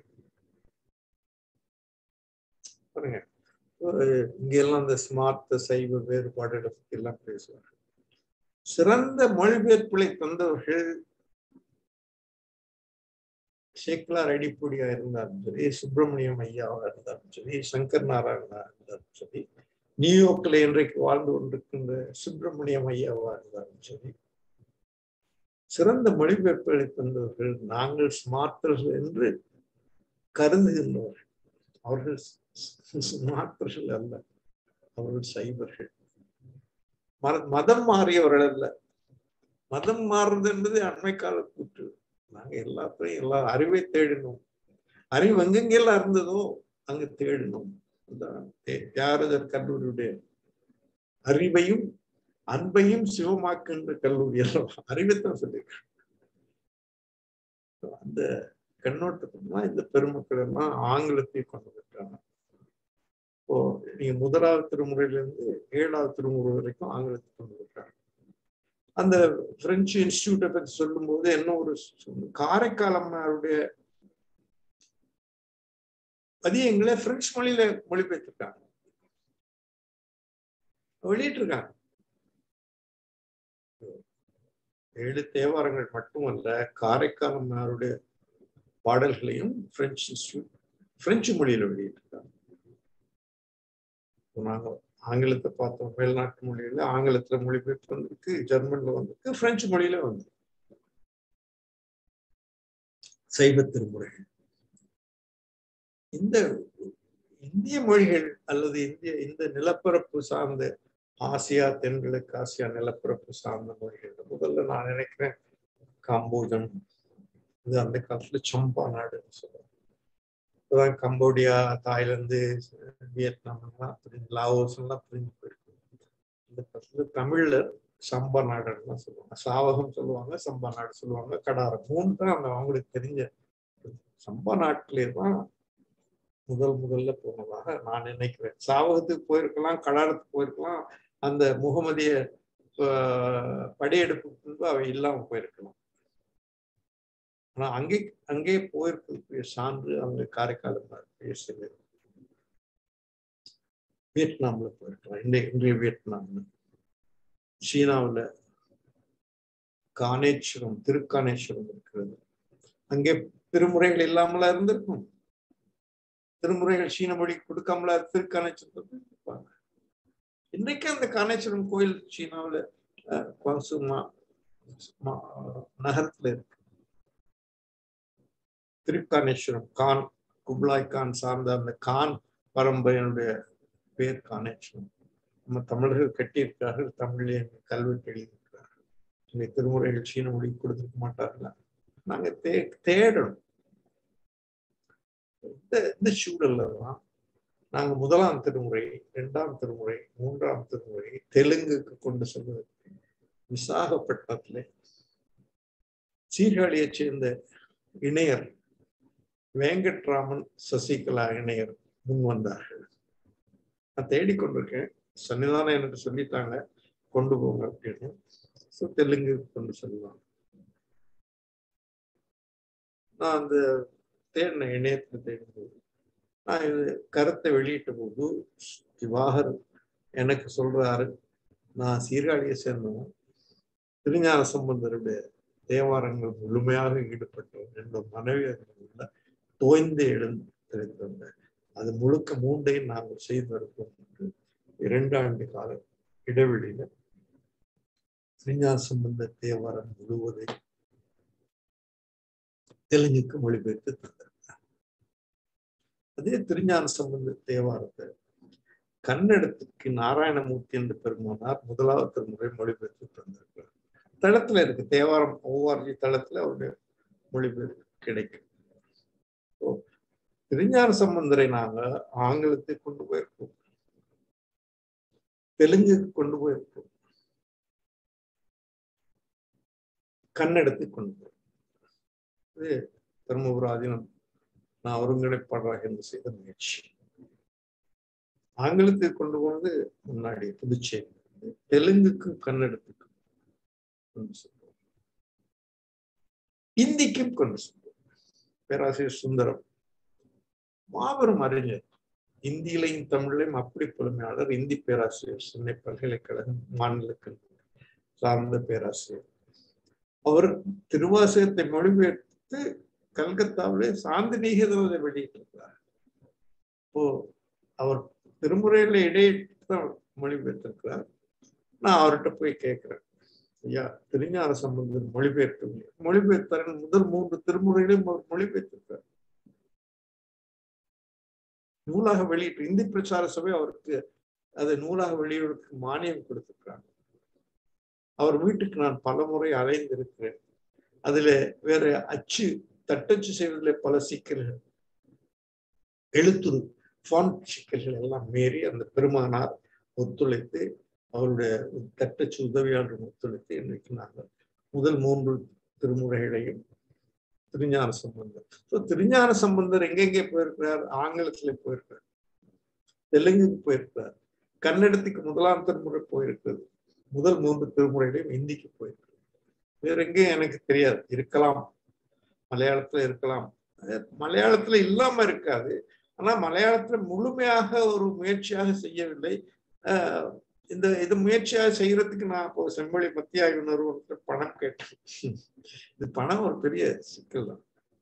அவங்க எனக்கு சொன்ன பதில் பாருங்க, தமிழ் சைவம் செம்மொழி ஆய்வு நிறுவனம் அப்பொழுது பேராசிரியர் ராமசாமி தலைவர், நான் அவர்கிட்ட திட்டம் எழுதி கொடுக்குறேன், மலையாளத்துக்கு இதை கொண்டு செல்வதற்கு பணம் தான் இல்லை. நாங்க முதல் 42 நூல்களுக்கு வெளியே பணி செய்வதில்லை, திருமுறை வெளியே வருகிறது. நாங்கள் சங்க இலக்கியங்கள் சார்ந்த நூல்களை எல்லாம் செய்வோம். அதுக்கு பிறகு அவங்க சங்க இலக்கியங்களே மற்ற மொழிகளை கொண்டு செல்லும். இந்த திட்ட அறிக்கைக்கு காலத்திலே அவர்கள் மற்ற மொழி பெயர்க்கு கொண்டு வரல. இந்த திட்ட அறிக்கை நான் மிக விரிவாக ஒரு மொழிபெயர்ப்பினால் என்ன, எப்படி அது தாக்கமாகவும் உலகத்தை கொண்டு வருவதனால என்ன நன்மை இருக்கும்னா அந்த மலையாள மொழிபெயர்ப்புக்குரிய அந்த பணம் கேட்கும் போது எழுதுறேன். அவங்க அதுக்கு பிறகு இப்ப அவங்களுடைய 42 நூல்கள் பல மொழிகளுக்கு கொண்டு செல்லும் முயற்சியில இருக்காங்க. மலையாளத்துக்கு என்னால கொண்டு போக முடியவில்லை என்றாலும் நாராயணகுரு பெருமானார் இந்த பாடல்களை சிலவற்றை மொழிபெயர்த்திருக்காரு. இந்த பாடல் மொழிபெயர்ப்பு எனக்கு எப்படி தெரியும்னா, மதுரையில உங்க ஊர்ல அந்த காந்தி பல்கலைக்கழகத்துல மொழிபெயர்ப்பு விருது இளம் பேர் அவர் அந்த பெருமானார் தான் எனக்கு மொழிபெயர்ப்பு கொடுத்திருக்காரு. அதுல ஒரு சில பாடல்கள் முதலாம் திருமுறை பாடல்கள் இருக்கிறது. திருமுறையிலே நாராயணகுரு மலையாளத்தை மொழிபெயர்த்து புத்தகமா வெளியிட்டு இருக்காரு. அதை தவிர திருஞான சம்பந்தர் வேற எந்த மொழிகளுக்கு போயிருக்காரு எனக்கு தெரியாது. நீங்க கண்டறிய வேண்டும், மாணவர்களாகிய நீங்கள் கண்டறிய வேண்டும். நான் சொன்ன திருஞான சம்பந்தருடைய மொழிபெயர்ப்புகள் யாவும் தேவாரம் இணையதளத்திலே இருக்கின்றன. அதுக்கு அடுத்ததாக திருநாவுக்கரசை பார்ப்போம். திருநாவுக்கரசுடைய மொழிபெயர்ப்பை என்னால் ஒரு இந்தியில ஏற்கனவே மொழிபெயர்த்துக்கார் பேராசிரியர் சுந்தர். ஆங்கிலத்திலே நான் சொல்லியிருக்கேன், எல்லாரும் சேக்கலார் அடிப்படை மொழிபெயர்த்திருக்காரு. பேராசிரியர் சங்கர் நாராயண கும்பகோணத்துல சில பகுதியில் மொழிபெயர்த்திருக்காரு. சுப்பிரமணியர் புதுச்சேரி பிரெஞ்சு கழகத்தின் போது மொழிபெயர்க்கிறாங்க. தெலுங்குல அப்பர் தேவாரத்தை மொழிபெயர்க்க வேண்டும் என்று நான் முயற்சி செய்த பொழுது கோதாவரி கரையில் பிறந்து தாமிரபரணி கரைகளை திருமணம் செய்து சென்னையிலே படித்த சத்தியவாணி என்ற பெருமானார் பேராசிரியர் அந்த அம்மா இப்பொழுது திராவிடம் பல்கலைக்கழகத்திலே தெலுங்கு பேராசிரியர். அவர்கள் என்ன சொன்னார்கள், எனக்கு அப்பர் பெருமான் மீது உள்ள ஈடுபாடு எப்படி திவாகர் வெங்கட்ராமனுக்கும் சசிகலாவுக்கும் திருஞான ஈடுபாட்டோட தான் மொழிபெயர்க்க முடியும். வெறுமனே சொல்லுக்கு சொல்ல எழுதி போட்டு போறதில்ல மொழிபெயர்ப்பு. அதுல ஈடுபடணும், அதுல உள்ள பொருளை உருவாகணும், அதை மற்ற மொழி கொண்டு போகணும். அவங்க சொன்னாங்க, எனக்கு முழுக்க அப்பர் திருவாசு தேவாரங்களை நான் மொழிபெயர்க்கின்ற வேலையை என்னிடம் விட்டுருங்க அப்படின்னு சொன்னாங்க. இப்போ இருக்காங்க, இப்போ மொழிபெயர்த்து கொண்டே இருக்காங்க. 4வது திருமுறை முழுக்க மொழிபெயர்த்து இருக்கலாம். தர்மபுரம் சன்னிதானுடைய ஆசிரியருக்காக வெளியீடு காத்து கொண்டிருக்கிறது. இணையதளத்திலே நீங்க பார்க்கலாம். 5வது மொழிபெயர்த்து கொண்டிருக்கிறார்கள், 6வது மொழிபெயர்த்து முடித்து தருவார்கள். அப்போ அப்பர் தேவாரம் தெலுங்கு தவிர வேற ஆங்கிலத்துக்கும் தெலுங்குக்கும் இந்திக்கும் இது இப்ப இல்லை. பேராசிரியர் சுந்தரம் அவர்கள் பல ஆண்டுகளுக்கு முன்பே இந்தியில மொழிபெயர்ப்பதை யார் வெளியிட்டிருக்காங்க? பட்னா பல்கலைக்கழகம் வெளியிட்டிருக்காங்க. சாதாரண விஷயம். பட்னாவில் அவருக்கு செல்வாக்கு இருக்குது, இந்தி தெரிஞ்சதுனால இந்திக்கு பேராசிரியர் செல்வாக்கு. பட்னாவில் பல்கலைக்கழகத்துல கொடுத்து அப்பர் தேவாரத்தினுடைய இந்தி மொழிபெயர்ப்பை வெளியிட்டிருக்காரு. இது ஒரு அப்பர் வந்து எங்கெங்கெல்லாம் போயிருக்காரு, தெலுங்கு போயிருக்காரு, ஆங்கிலத்துக்கு போயிருக்காரு, இந்தி போயிருக்காரு. திருஞான சம்பந்தத்தை சொல்லும் போது ஒரு செய்தியை சொல்ல மறந்துட்டேன், நேற்றைக்கு தான் பேசியிருந்தாங்க. மட்டக்களப்புல வடிவேலு ஒரு பெரியார், அவர் கல்முனையில சிங்கள மகாவித்தியாலயத்துல சிங்கள ஆசிரியராக இருந்தவர், முதல்வராக கொடுத்தார். அவர் தான் இதுவரைக்கும் சிங்களத்துக்கு திருமுறைகளை மொழிபெயர்ப்பு, திருவாசகத்தை மொழிபெயர்த்திருக்கார், 9ஆம் திருமுறை மொழிபெயர்த்திருக்கார், 7ஆம் திருமுறை மொழிபெயர்த்து முடிச்சுட்டார், 3 திருமுறையும் சிங்களத்தில் மொழிபெயர்த்திருக்கார். நேற்றுக்கு என்னோடு பேசும்போது சொன்னார், ஐயா நான் திருஞான சம்பந்தர், நான் தான் மொழிபெயர்க்கணும், வேற யார்ட்டை கொடுக்குறாரு. அதுக்கு அவர் சொன்ன காரணம் சொல்றேன். நான் சின்ன வயசுல ஞான குழந்தைன்னு ஒரு திரைப்படம் பார்த்தேன். அதுல திருஞான சம்பந்தர் இப்படி ஒரு அந்த நாண்டு எனக்கு திருஞான சம்பந்தர் ஒரு எடுத்துக்காக தமிழர் தான், வடிவேலுடைய பேர், தமிழ் குடும்பம். ஆனா சிங்களத்துல புலமையான அவருடைய சிங்கள மொழிபெயர்ப்பு பார்த்த, திருவாசக மொழிபெயர்ப்பு பார்த்த புத்தபிக்கு வணக்கத்துக்குரிய அத்துருடைய ரத்னத்தை இப்பொழுது நாடாளுமன்ற உறுப்பினர் அவர் என்னிடம் சொன்னார், ஐயா இந்த மொழிபெயர்ப்பான எங்கே நீங்க கண்டுபிடித்தீங்கன்னு கேட்டார். அவ்வளவு அருமையான மொழிபெயர்ப்பு. யார்? சிங்களவர்களை பாராட்டு. அதுவும் புத்த மிக்கவா இருக்கிறவர், இன்றைக்கு நாடாளுமன்ற உறுப்பினர் இருக்கிறவர், சிங்கள ஜாதிக ஹெல உரிமை என்ற கட்சியினுடைய நிறுவனர். சிங்களத்தையும் புத்தத்தையும் இந்த நாட்டிலே மேலாண்மை செலுத்த வேண்டும் என்ற கண்ணோட்டம் உள்ளவர். மாவீராரை சண்டையின் பொழுது இராணுவத்துக்கு பின்னால் இருந்து சுடு சுடு என்று சொல்லி படமெல்லாம் வெளிவந்த அந்த அத்துறையர் என் வீட்டுக்கு வந்து என்னிடம் அந்த திருவாசக புத்தகத்தை பார்த்து சொல்றார், இந்த மாதிரியான ஒரு மொழிபெயர்ப்பு நான் பார்த்ததில்லை. இந்த திருஞான சம்பந்தரை மொழிபெயர்க்க வேண்டும் நேற்று எனக்கு கேட்டிருக்கார் வடிவேலு ஐயா. சிங்களத்துக்கு மொழிபெயர்ப்பாகும் என்பதிலே எனக்கு உறுதி. என்ன அவர் தானாக கேட்கிறார். 7ஆவது திருமுறை முடித்துட்டார், அடுத்து என்ன மொழிபெயர்க்கலாம்னு சொன்ன போது நான் பின்னுக்கு இருந்தா வந்துட்டு இருக்கேன். 8 திருவாசகம் மொழிபெயர்த்தாச்சு, 9 முடிச்சாச்சு, 7 முடிச்சாச்சு. சின்ன சின்ன வேலையை தான் செய்யலாம், பெரிய நீண்டு. இப்போ நான் சொன்னேன், பெரிய புராணம் ரொம்ப நாளா மொழிபெயர்க்காம இருக்கு, அதுதான் எல்லா மொழிகளுக்கும் போய் இல்லையா. நான் ஞான குழந்தை பார்த்த பின்பு எனக்கு திருஞான சம்பந்தம் மீது உள்ள ஈடுபாடு, நான் திருஞான சம்பந்தத்தான் மொழிபெயர்ப்பேன். இது பெருமானுடைய அருளா இல்லை நாங்க நினைச்சு செய்யறதா? நாங்க நினைச்சா அதை செய்ய முடியுமா? இந்த தலைமுறையில நாங்க 1000 ஆண்டுகளாக செய்ய முடியாது. இந்த தலைமுறையிலே சிங்களத்துக்கு எடுத்து செல்கிறோம். 1000 ஆண்டுகளாக மற்ற தெலுங்குக்கோ, இந்திக்கோ, கன்னடத்துக்கோ, ஆங்கிலத்துக்கோ, பிரெஞ்சுக்கோ, ஜெர்மனிக்கோ எடுத்து செல்ல, லத்தீனுக்கோ, கிரேக்கத்துக்கோ, ரோமத்துக்கோ எடுத்து செல்ல முடியாத முயற்சியை எங்களுடைய திருமுறைகளை, சைவத்தை, தமிழை மற்ற மொழிகளுக்கு எடுத்து செல்கிறோம். திருஞான சம்பந்தர் திருநாவுக்கரசர் பார்த்தோம். ஆங்கிலம், இந்தி, தெலுங்கு 3லயும் திருநாவுக்கரசர் வந்து கொண்டிருக்கிறார். அடுத்து சிங்களத்திலையும் வரக்கூடும். அவர் வடிவேலு ஐயா உடல் நலத்தோடு, அவருக்கு நோயை பெற்றுட்டார், உடல்நல குறைவாயம் இருக்குன்னு சொல்லுவார் அடிக்கடி. அவர் செய்ததற்கு ஆர்வம். அடுத்து நாங்க சுந்தரரை பார்ப்போம். சுந்தரர் தேவாரம் ஆங்கிலத்துல சேக்கலார் அடிப்படை மொழிபெயர்த்திருக்கிறார். புதுச்சேரி பிரெஞ்சு நிறுவனம் மூலம் சுப்பிரமணியர் மொழிபெயர்த்திருக்கிறார். கும்பகோணம் கலைக்கல்லூரி பேராசிரியர் சங்கர் நாராயண் மொழிபெயர்த்திருக்கிறார். நியூயார்க்ல உள்ள ஒரு கணிப்பொறி வல்லுநர், அவர் மொழிகள்ல ஈடுபாடு, சைவ திருமுறைகளே முழுமையான ஈடுபாடு, சுப்பிரமணியம் பெரியார். யாப்பில் அப்படி ஒரு சிறந்த அறிஞர்.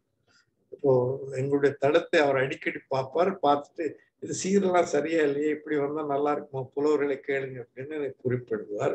எழுத்து பிழைகளை சுட்டி காட்டுவார், தரவு ஏற்ற பிழைகளை சுட்டி காட்டுவார். அந்த பெரியார் இருக்கிறார், நியூயார்க்ல இருக்கிறார், நியூ ஜெர்சியில இருக்கிறார்.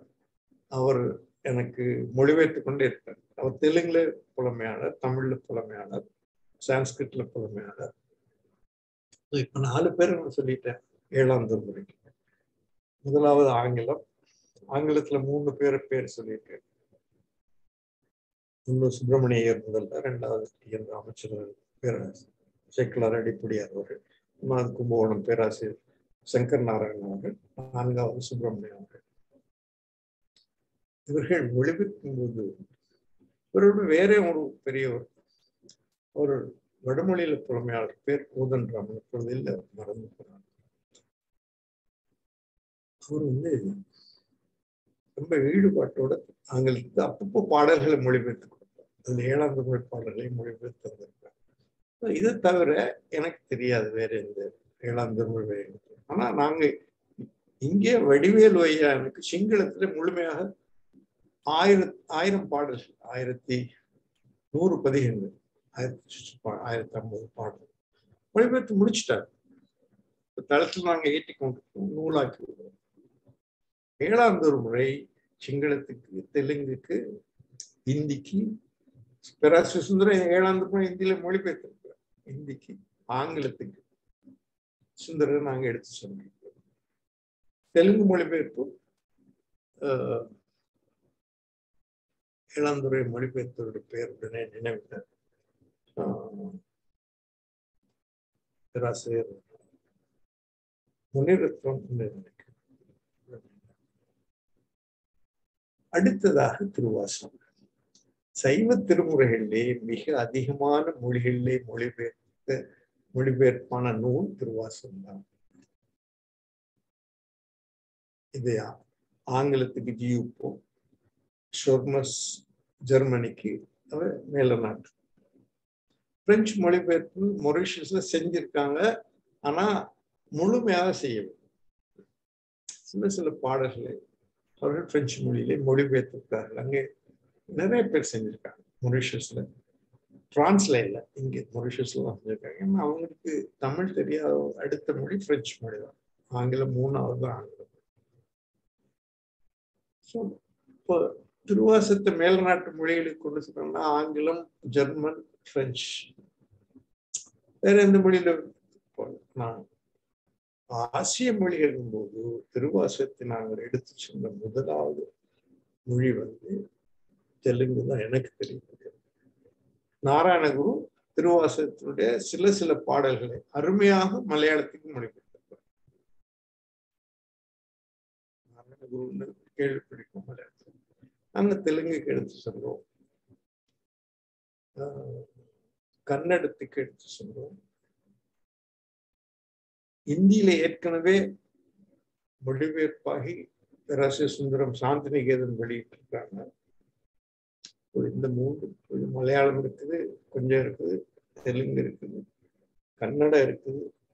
இந்த பேராசிரியர் குப்பம் பல்கலைக்கழக கன்னட பேராசிரியர் தான் கன்னடத்துக்கு திருவாசகத்தை மொழிபெயர்க்கும். அவங்க மாணவியா 10ஆம் வகுப்பு மாணவியாக கன்னடத்தை, அதாவது கர்நாடக மாநிலத்திலே முதல் மாணவியாக தங்கப்பதக்கம் பெற்றவர். அவ்வளவு சிறந்த புலமையானவர். அதுதான் திருவாசகத்தை கன்னடத்துக்கு மொழிபெயர்த்திருக்காங்க, திருவாசகத்தை தெலுங்குக்கு மொழிபெயர்த்திருக்கோம், ஹிந்திக்கு மொழிபெயர்த்திருக்கோம். மொழிபெயர்த்து ஆட்சி வந்துச்சு, ஆங்கிலத்துல வந்தாச்சு, பிரெஞ்சுல வந்தாச்சு, கொஞ்சம் வந்தாச்சு, ஜெர்மனியில கொஞ்சம் வந்தாச்சு. ஸோ இப்போ வேற எந்த மொழி வரல. கோதண்டராமன் சொல்லியிருந்தேன் இல்லையா, ஐயா மாம்பழத்துல இருந்தார். அவர் இந்த எங்க தளத்தை அப்படி பயன்படுத்துவார். தேவாரம் அவருக்கு ரொம்ப ஈடுபாடு. இப்போ என்னோட நிறைய பேசிட்டே இருப்பார். அவருக்கு வடமொழிக்கும் நல்ல புலமை.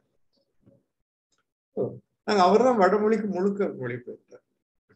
இப்போ தெலுங்கு மொழிபெயர்ப்புக்கு எனக்கு ஆதரவா இருக்கவங்க திருமலை திருப்பதி தேவஸ்தானம் தான். அங்க எல்லாரும் தேவஸ்தானத்துக்கு கொண்டே நம்ம நிறைய துண்டியல்ல போடுவோம், பணமா கொடுப்போம். ஆனா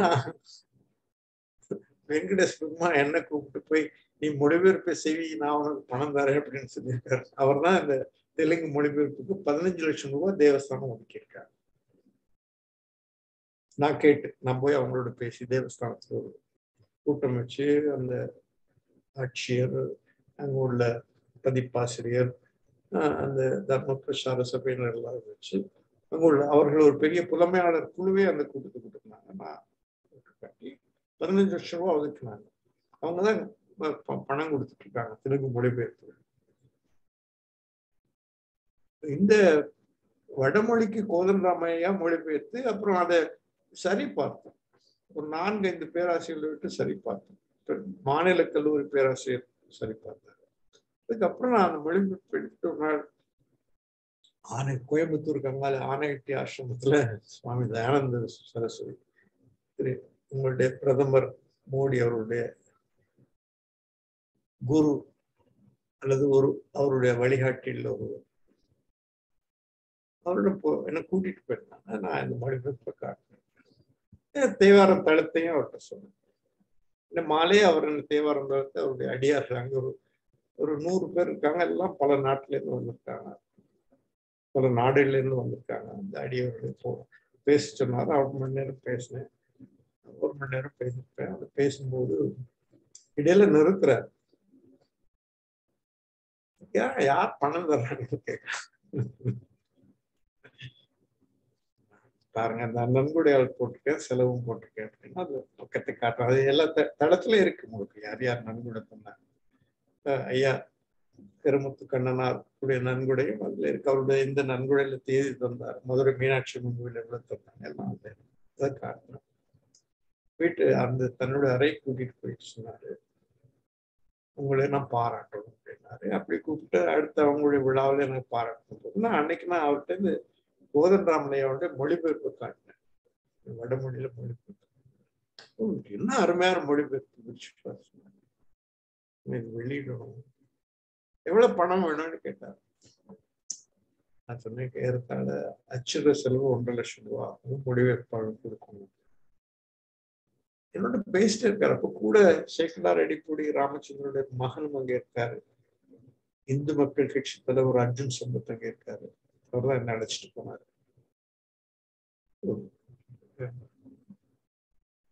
பல பேர் இருக்காங்க. பேசிட்டே இருந்தாரு. ஒரு 10 நிமிஷங்கள் தான் இருக்கும். உரை கொடுத்தாரு. பார்த்தா 1.5 லட்சம் ரூபாய் காசு வரும். நான் எனக்கு சொல்லவே இல்லை. அவர் ஏதோ துண்டு எழுதி கொடுத்துட்டார் போல.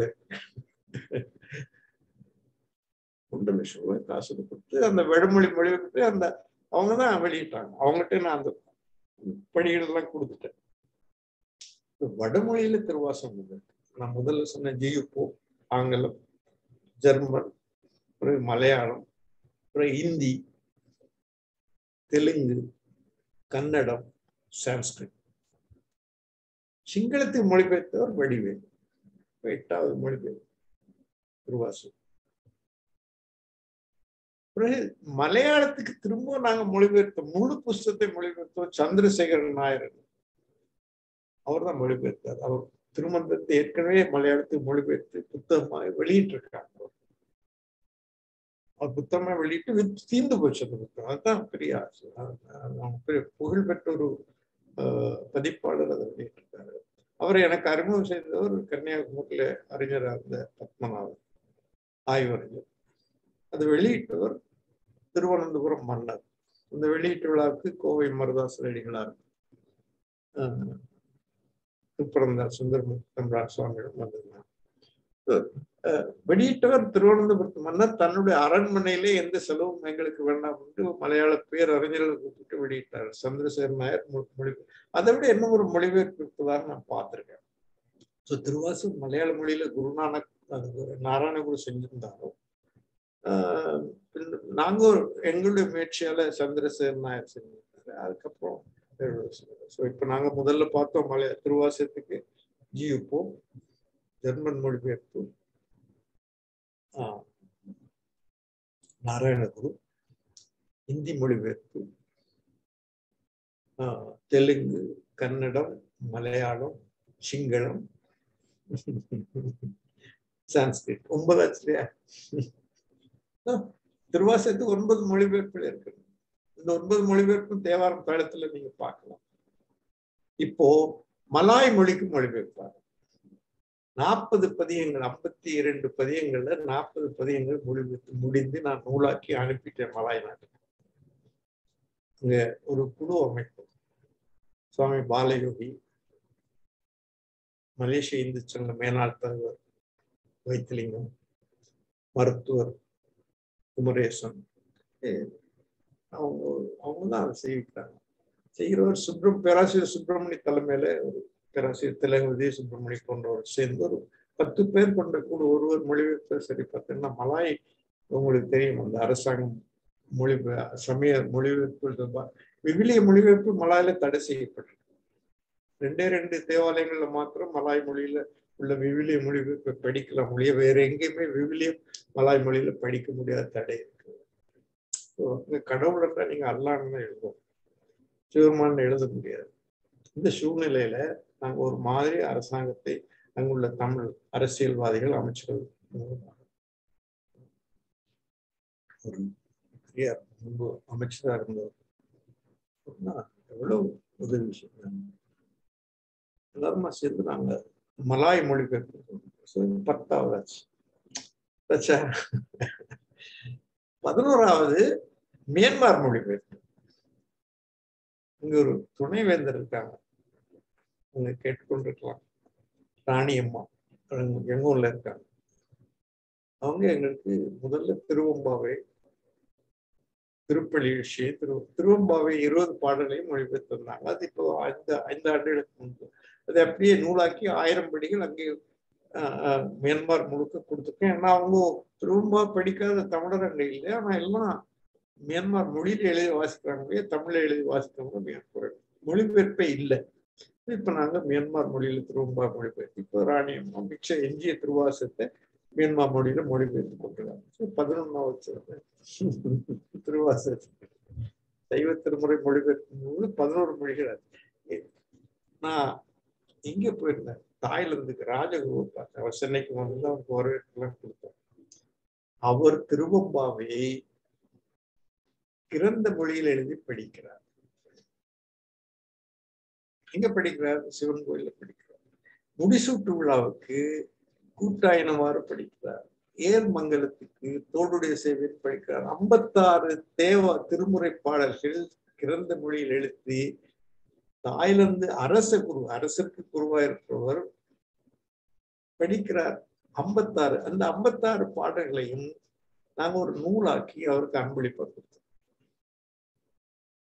தாய்லாந்துல மொழிபெயர்க்க முடியல, நாங்க தமிழ் தாய்லாந்து மொழி தெரிஞ்சவங்க இருக்கிறாங்க, அவங்களுக்கு நம்பிக்கை இல்லை தாங்க சரியா மொழிபெயர்க்க. நாங்க ஒளிபெயர்த்து கொடுத்து, அதாவது எந்தெந்த வரி வடிவங்களை போட்டுக்கோம்னா முதல்ல கிறந்த வரி வடிவம் அவங்க அதுல படிக்கிறாங்க. இப்போ 2வது தமிழ், 3வது தாய்லாந்து, 3 மொழியிலையும் ஒரு பாடல் 56 பாடலும் 3 மொழியிலையும் போட்டு ஒரு புத்தகமாக உங்களுக்கு கொடுத்துருக்கோம். அதை சென்னையில தான் வெளியிட்டோம். அதுக்கு அந்த செலவு முழுக்க ஏற்றுக்கொண்ட பெருமானார் திரு விஜயேந்திர சரஸ்வதி சுவாமினார் இன்றைக்கு காஞ்சி மடத்தினுடைய ஆச்சாரியார் இருக்கிற பெருமானார். அப்பொழுது இளைய சன்னிதானமாக இருந்தார்கள். அவரிடம் நான் இந்த திட்டத்தை சொன்னபோது இது அச்சிட்டு கொடுன்னு யார்கிட்ட சொன்னாங்க. அச்சிட்டு சொன்னாங்க, நாங்க ராஜகுருவை அடிச்சுட்டு போய் அங்க வச்சுருவாங்க வெளியிட்டோம் சொன்னதான் வெளியிட்டாங்க. இப்போ 12வது மொழி அச்சு திருவாசு மொழிபெயர்ப்பு இல்லைன்னாலும் அது சென்றடைகின்ற நிலையில் இருக்கு தாய்லாந்து. அந்த திருக்கோவையாரை எடுத்துக்கணும்னா தெலுங்குக்கு மொழிபெயர்த்தாச்சு, கன்னடத்துக்கு மொழிபெயர்க்க முடியல, இந்திக்கு மொழிபெயர்க்க முடியல, ஆங்கிலத்தில் மொழிபெயர்ப்பு இருக்குது. செம்மையா செய்த பெரியார் சேக்கிழார் அடிப்பொடி ராமச்சந்திரன் மட்டும்தான், வேற யாரும் திருக்கோவையார் செஞ்சாங்களோ தெரியல. பேராசிரியர் சங்கர் நாராயணன் கும்பகோணத்துல செஞ்சிருக்க கூடும். திருக்கோவையாரோட 400 பாடல்களை மிக அருமையாக மொழிபெயர்த்து ஆங்கிலத்துக்கு மொழிபெயர்த்து சேக்கிழார் அடிப்பொடி என் ராமச்சந்திரன். அதுக்கு அடுத்தது 9ஆம் திருமுறை. 9ஆம் திருமுறை தெலுங்குல மொழிபெயர்ப்பு, வேற மொழியில எனக்கு இருக்கவா தெரியல. முதல் மொழிபெயர்ப்பு தெலுங்குல தான் வந்தது. இந்தி மொழிபெயர்ப்பு இருக்கதா எனக்கு தெரியல. சிங்கள மொழியில நாங்க முதல்ல பேராசிரியர் மலர்விழி பெங்களூர்ல இருக்காங்க. அவங்க 9ஆம் திருமுறையை கன்னடத்துக்கு மொழிபெயர்த்து வந்து நூலாக்கி சென்னை பல்கலைக்கழகத்துல வெளியிட்டோம். கன்னடத்துல 9ஆம் திருமுறை வெளியிட்டிருக்கோம். 9ஆம் திருமுறை குப்பத்திலே திராவிடர் பல்கலைக்கழகத்தில் உள்ள பேராசிரியர் சத்தியவாணி மொழிபெயர்த்து வெளியிட்டிருக்கோம். வடிவேலு சிங்கடத்திலே மொழிபெயர்த்து வெளியிட்டிருக்கோம். 3 மொழி ஆங்கிலத்துல சேக்கிழார் அடிப்பொடியார் மொழிபெயர்த்திருக்கிறார். அதே போல பேராசிரியர் சங்கர் நாராயணன் மொழிபெயர்த்திருக்கிறார்.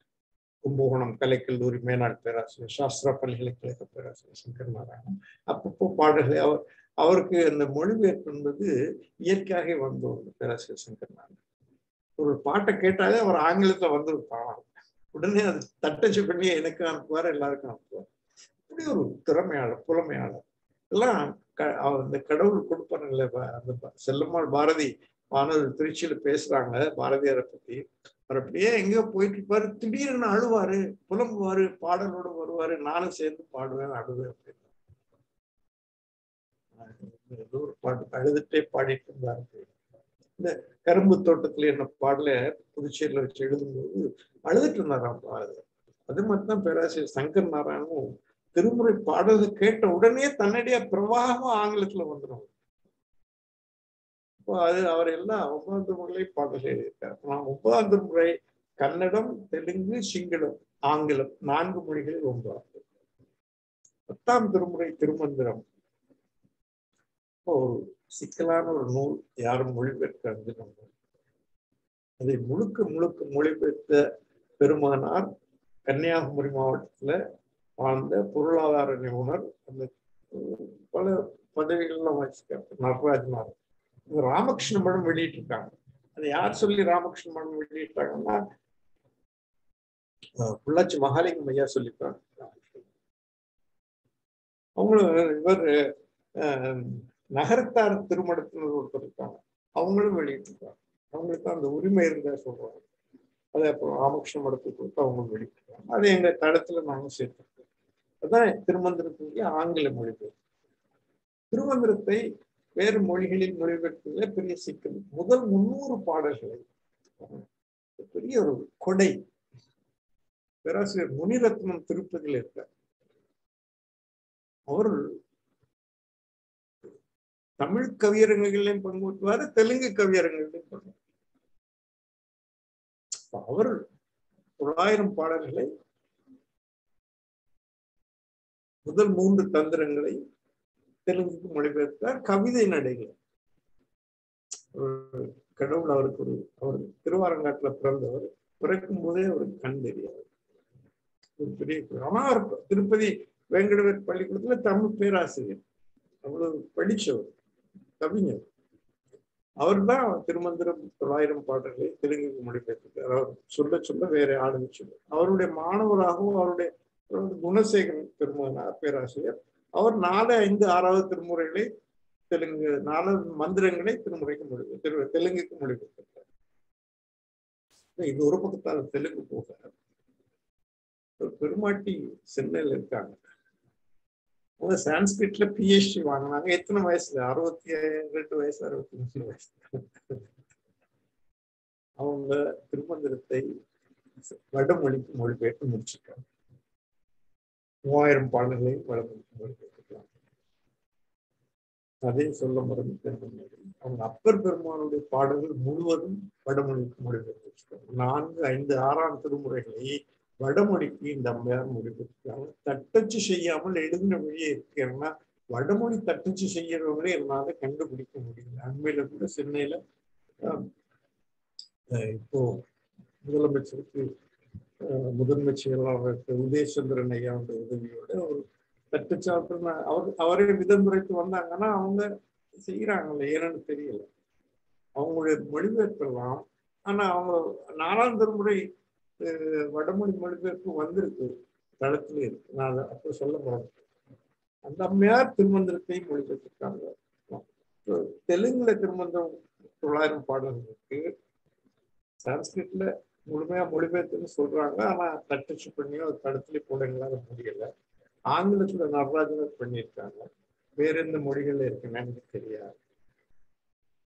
அது கொஞ்சம் சிக்கலாகவும் இருக்கு. நான் கேட்டுட்டு இருக்கேன், கன்னடம் கேட்டுட்டு இருக்கேன். யாருமே செய்யறதுக்கு முன்வர மாட்டேங்கிறாங்க. வடமொழிய நான் முதல்ல போய் கேட்டது காஞ்சிபுரத்துல பல்கலைக்கழகம், காஞ்சி மடத்துந்த சார்பு பல்கலைக்கழகத்துல சிறந்த அறிஞர் இருக்காரு சங்கர் நாராயணன்.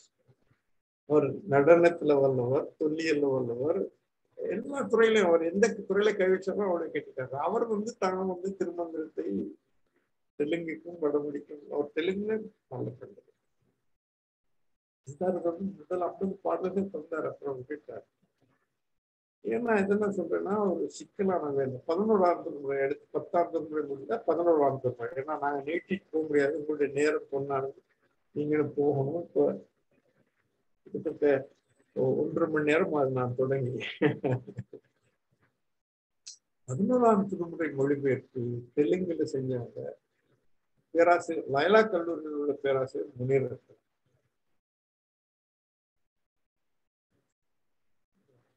அவர் முதலாம், இரண்டாம் திருமுறை, மூன்றாம் திருமுறை சசிகலா அம்மையார் செய்த காலத்திலே அவர் இப்பொழுது உயிரோடு இருந்த அவருடைய முயற்சியால 11ஆம் திருமுறையில முதல் 40 பதியங்கள், அதுல முதல் 29 பதியங்களே அவர் செய்து வந்திருக்காரு. மிச்சம் 11 பதியங்களுக்கு நாங்கள் தெலுங்குக்கு மொழிபெயர்க்க வேண்டியது. ஆங்கிலத்துல சேக்கலார் அடிப்படை மொழிபெயர்த்திருக்காரு. வேறு மொழிபெயர்ப்பு இருக்கிறதா எனக்கு தெரியாது. ஆனால் பல மொழிகளுக்கு அதை எடுத்து செல்ல வேண்டும் விருப்பத்தோட பலரை கேட்டாலும் அதை செய்து விட்டார். இன்னும் சரி வரல. பெருமானுடைய அருள் எனக்கு கிடைக்கல. 12ஆம் திருமுறையை நான் அவங்களுக்கு ஏற்கனவே சொல்லிட்டேன். என்ன முதல்ல இருந்து ஹரிஹர ரகலையிலிருந்து ரங்காச்சாரி வரைக்கும் எப்படி ஒரு நீண்ட மொழிபெயர்ப்பு வரலாறு 12ஆம் திருமுறைக்கு இருக்கிறது நான் சொல்லியிருக்கேன். சைவ திருமுறைகள் மொழிபெயர்க்கின்ற வரலாறு சொல்லியிருக்கேன். சைவ திருமுறைகள் மொழிபெயர்க்கின்ற சமகால செய்திகளை சொல்லியிருக்கேன். நீங்க இதில் யாராவது ஒரு மாணவர் ஒரு முனைவற்பட்ட ஆய்வாக கொள்ளக்கூடிய செய்திகள் இந்த சைவ திருமுறை ஒளிபரப்பு முயற்சியிலே இருக்குது. மதுரையில இது கேட்டிருக்காரோ இல்லையோ தெரியல, திருமதி சித்ரா கணபதி இருக்காங்க, பேராசிரியர் சாரதா நம்பியார் அவர்களுடைய மாணவி மகள். அவர் வழிகாட்டக்கூடிய திறமைகள் அத்தகைய மாணவர்களுக்கு இதிலே போய் இதன் நுணுக்கங்களை எல்லாம் வழிகாட்டக்கூடிய திறமைகள். இது மாதிரி பேராசிரியர் மங்கைக்கரசன் இருக்காங்க. அவரை போல ஒரு பேராசையை வைத்துக் கொண்டு இன்னும் சைவ திருமுறையில் மொழிபெயர்த்து ஒவ்வொரு முனைவர்பட்ட ஆய்வு போகவில்லை என்பது எனக்கு நம்புகிறது. முனைவர்பட்ட ஆய்வுக்குரிய மாணவர்களை பார்த்து சொல்கிறேன், உங்களுக்கு ஒரு தடம் தேவை. ஒரு இந்த சைவ திருமுறையில் மொழி ஒரு பெரிய ஒரு கடல் இது. எத்தனை மொழியில கொண்டு போகுது? திருவாசத்துக்கு 12 மொழிகள்ல திருவாசத்துக்கு பெரிய புராணம் அத்தனை மொழிகள் அத்தனை வரலாற்றோட போயிருக்கு. கம்போடியாவில போய் பார்க்கணும், கம்போடிய மொழி இருக்கான்னு தேடணும். இந்த தாய்லாந்துல போய் பார்க்கணும். அங்க நடராஜ பெருமானை வைத்து அவர்கள் கொண்டாடுற கொண்டாட்டம், பாலித்தீவுல நடராஜ பெருமானை வைத்து கொண்டாடுற கொண்டாட்டம் எல்லாம் பார்க்கும்போது அங்கே திருமுறைகள் இல்லாமல் இருந்திருக்க முடியாது. நடராஜ பெருமானும் சிவாமியாரும் தென்னாட்டு முறை வழிபாட்டு முறைகள் அடிப்படையில் வடநாட்டு நடராஜ பெருமாள் வடநாட்டு முறைக்குள்ளே வருவதுன்னா அங்க நிச்சயமா சிவலிங்கம் இருக்கும். தென்னாட்டு வழிபாட்டு முறையில உள்ள நடராஜ பெருமானை பாலித்தீவுல, கம்போடியாவில், தாய்லாந்துல, வியட்நாம்ல, லாவோஸ்ல. நாங்க மாணவர்களுக்கு ஒரு பெரிய வாய்ப்பு. இங்கெல்லாம் போய் தேடுங்கள், கல்வெட்டில் நிறைய தொல்லியலார் நிறைய பதிவுகளை செய்து வச்சிருக்காரு. அவர்களுக்கு என்னன்னு தெரியல. நிச்சயமா கிரந்த அறிவு இல்லாம அங்க போக முடியாது. கிரந்த மொழியை நன்றாக தெரிந்து கொள்வதுதான் இந்த ஆராய்ச்சியில் ஈடுபட முடியும். சைவ திருமுறைகள் நிச்சயமாக அந்த மொழிகளுக்கு போயிருக்கலாம். தாய்லாந்து மொழியில் 56 பாடல்கள் எத்தனை பேர் செய்திருக்காங்க? 56 தமிழ் பாடல்கள், திருமுறை பாடல்கள் தாய்லாந்திலே இன்றைக்கும் பாடப்படுகின்றன, நிகழ்ச்சிகளிலே பாடப்படுகின்றன. முடிசூட்டு விழாவிலையும் சரி, ஏர்மங்கலத்திலையும் சரி, குழந்தைக்கு பால் ஊட்டும் போதும் சரி, அரசு குழந்தைக்கு பால் ஊட்டும் போது, அரசு குழந்தை பிறந்தாலும், திருவம்பாவை காலத்திலும் பாடுகின்ற 56 பாடல்கள் நாங்கள் நூலாக்கி இருக்கிறோம். இது ஏன் மொழிபெயர்க்காம இருந்திருக்கும்னு என்னால் நம்ப முடியும். எங்களால செய்ய முடியல. எனக்கு 80 வயசு எங்களால முடிஞ்சு தொடர்ந்து செய்து கொண்டு கேட்டிருக்கேன். சமகாலத்துல யார் யார் செய்துட்டு இருக்காங்கன்னா, நான் இந்த தெலுங்கு மொழிபெயர்ப்பு பெரிய படத்தை சொல்ல மறைஞ்சு போனேன். பேராசிரியர் ஜெயபிரகாஷ் நான் சொன்னேன். அவர் எவ்வளவு பெரிய ஒரு ஆற்றலோ. நாங்க திருப்பதியில கூட்டம் நடக்குது, இந்த ஆய்வு கூட்டம். இப்போ பெரிய புராணம் செய்யலைன்னு போது நான் ஏற்கனவே 400 பாடல செஞ்சுட்டேன்னு ஜெயபிரகாஷ் சொல்றாரு. அவர் தான் இப்ப 4274 பாடல்களையும் தெலுங்குக்கு மொழிபெயர்த்து அதை நாங்கள் நூலாக்கி சன்னிதானத்துக்கு ஆசிரியருக்கு அனுப்பியிருக்கோம். அவர் போன்ற பெருமக்கள் தெலுங்குலையும் சரி, கன்னடத்திலையும் சரி, கெடிலரா இருந்தாலும் சரி, அவர்களுக்கெல்லாம் அந்த பெருமக்களை இப்ப சமகாலத்துல சத்தியவாணியமா செய்யறாங்க. பேராசிரியர் ஜெயபிரகாஷ் செய்து முடிச்சுட்டாரு. பேராசிரியர் குணசேகரன் திருமந்திரத்தை தெலுங்கு மொழிபெயர்த்துட்டு இருக்காங்க. கன்னடத்துக்கு பேராசிரியர் மலர்விழி அம்மையார் செய்து கொண்டே இருக்காங்க. அவங்க சொல்றாங்க தெளிவாக கெடிலர் விட்டு மீதி கன்னடத்தை செய்யறதுக்கு தான் முயற்சி கொண்டதா சொல்றாங்க. சிங்களத்துல வடிவேலையா இப்ப செஞ்சுட்டு இருக்காங்க. மலாயில பேராசிரியர் சுப்பிரமணியம் ஐயா செஞ்சுட்டு இருக்காங்க. மியான்மர்ல பேராசிரியர் ராணியம்மா செஞ்சுட்டு இருக்காங்க. ஸோ சமகாலத்துல மொழிபெயர்ப்பு முயற்சி தடைப்படலை. ஜெர்மன் மொழிபெயர்ப்பை நாங்கள் திருவாசகத்தை அச்சிட்டாலும் இப்பொழுது பெரிய புராணம் 1925 வெளிவந்த பெரிய புராணத்தை மீட்டெடுத்து அதை அச்சிடும் முயற்சியில இருக்கிறோம். இதுதான் நாங்கள் செய்கின்ற பணிகள். மாணவர்கள் 322 பேர் இருந்தாங்க. இப்ப எத்தனை பேர் இருக்காங்கன்னு தெரியல. இல்லையே 306 பேருக்கு இருக்கீங்க. இது பெரிய ஒரு கூட்டத்தில் நான் பேசுறதா நினைக்கிறேன். 306 பேர் இவ்வளவு ஆர்வத்தோடு கேட்டுக்கொண்டிருப்பீர்கள் அல்லது பங்கு பெற்றீர்கள் என்பது எனக்கு மிக மகிழ்ச்சி. பொறுமையாக கேட்ட உங்கள் எல்லோருக்கும் நான் நன்றி சொல்லுவேன். இந்த முயற்சியை நான் செய்தேன் என்று சொன்னால் வேண்டத்தக்கது அறிவோயினி வேண்ட முழுதும் தருவோயினி என்று என் பெருமானுடைய அருள்மிகு நடராஜ பெருமான், அருள்மிகு சிவகாமி அம்மையார் அவர்களுடைய அருள்தான் இந்த முயற்சி. இந்த முயற்சியிலே எனக்கு தர்மபுர ஆதீனம் குருமகா சன்னிதானங்கள் தருகின்ற ஆதரவு, பேராதரவு, அருள் ஆதரவு, அவைதான் எனக்கு இந்த பணி செய்யறதுக்கு காரணம். நான் மரவன்களோடு இருந்தாலும் உங்களோடு இருக்கிறேன், மதுரையில் இருக்கிறேன். உங்களுக்கு என்னென்ன இந்த முனைவர் பெற்ற மாணவர்கள் வருவார்களானால் அவருக்கு என்னென்ன தகவல் வேணுமோ அவர்களை வழிகாட்ட தயாராக இருக்கிறேன். வாய்ப்பளித்த பேராசிரியர் மலர்வழி அம்மையாருக்கு நன்றி கூறி விடைபெறுகிறேன். வினாக்கள் இருந்தால் தொடுத்தால் நான் பதில் சொல்லுவேன். நன்றி, வணக்கம். வினாக்கள்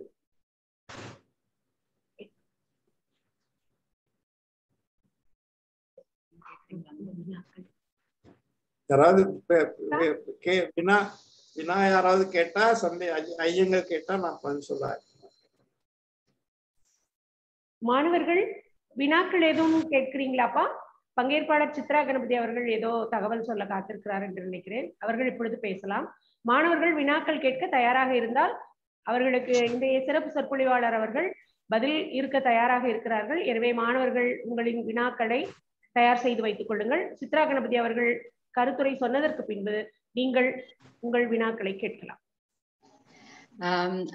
கருத்துரையில எனக்கும் ஒரு சின்ன வினாதான். ரொம்ப நாளா இந்த தேவாரம்.org பயன்படுத்தி கொண்டிருக்கின்ற எங்களை போன்றோருக்கு அதோடைய பின்னணியை தெரிஞ்சுக்கிறதுல ஒரு பெரிய ஆர்வம் இருந்தது.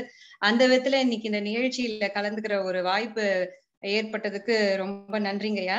அதாவது காலத்தால் முதல்ல காரைக்கால் அம்மையார் நீங்க சொல்ற மாதிரி அவங்களுடைய அந்த உருவங்கள் கம்போடியா போன்ற நாடுகள்ல இருக்கிறத வச்சு நிச்சயமா பாடல்களும் மொழிபெயர்த்து சென்றிருந்திருக்கணும் அப்படின்னு ஒரு கருத்தை சொன்னீங்க. ஆனா திருமுருகாற்றுப்படையுடைய காலம் அதற்கு முன்னாடியா அதற்கு பின்னாடியா அப்படிங்கிற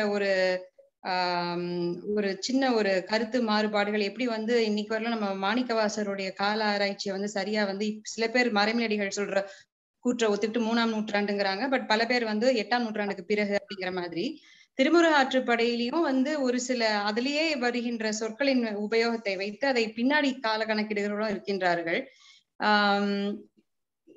சங்க இலக்கிய நூலாக இருந்தாலும் அதுவும் பரிபாடெல்லாம் காலத்துக்கு பின்னாடி அப்படிங்கிற ஒரு கருத்து நிலவுது.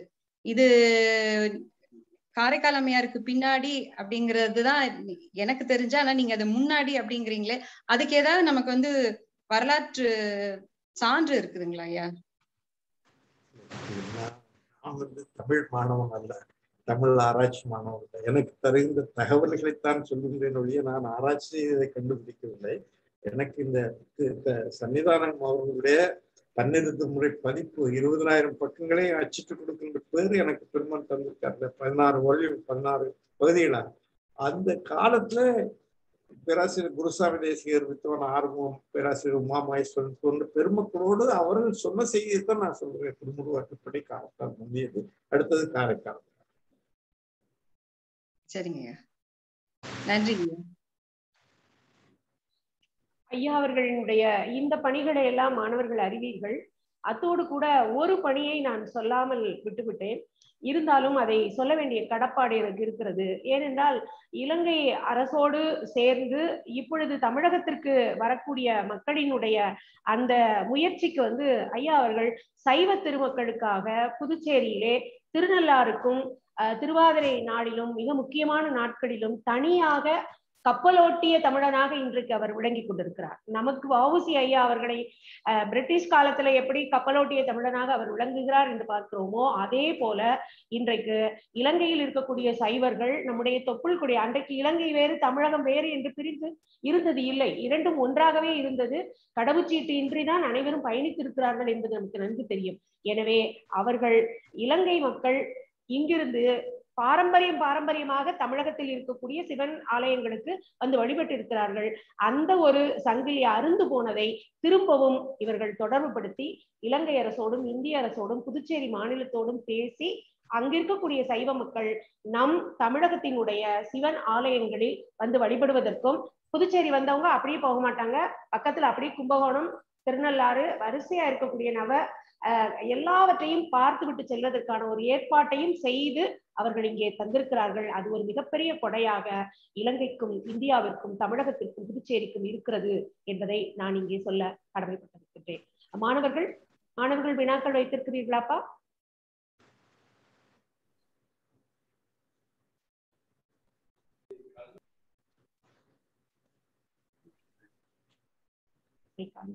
இல்லை என்றுதான் நினைக்கிறேன். இருப்பவர்கள் கைகளை உயர்த்துங்கப்பா, நாங்க உங்களை அன்மியூட் பண்ணிடுவோம். இருப்பவர்கள்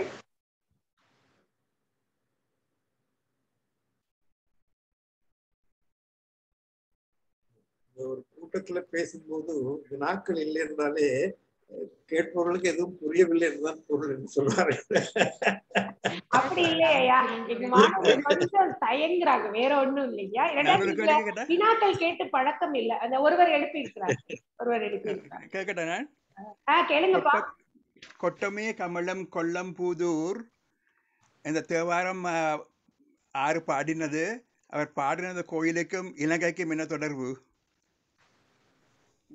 கொட்டமே கமலம் கொல்லம் பூதூர்.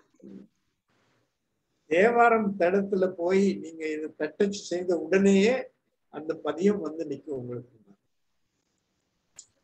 தேவாரம்.org என்ற தளம் இருக்கு, அதுல தட்டச்சு தேடல்னு ஒரு பகுதி இருக்கு.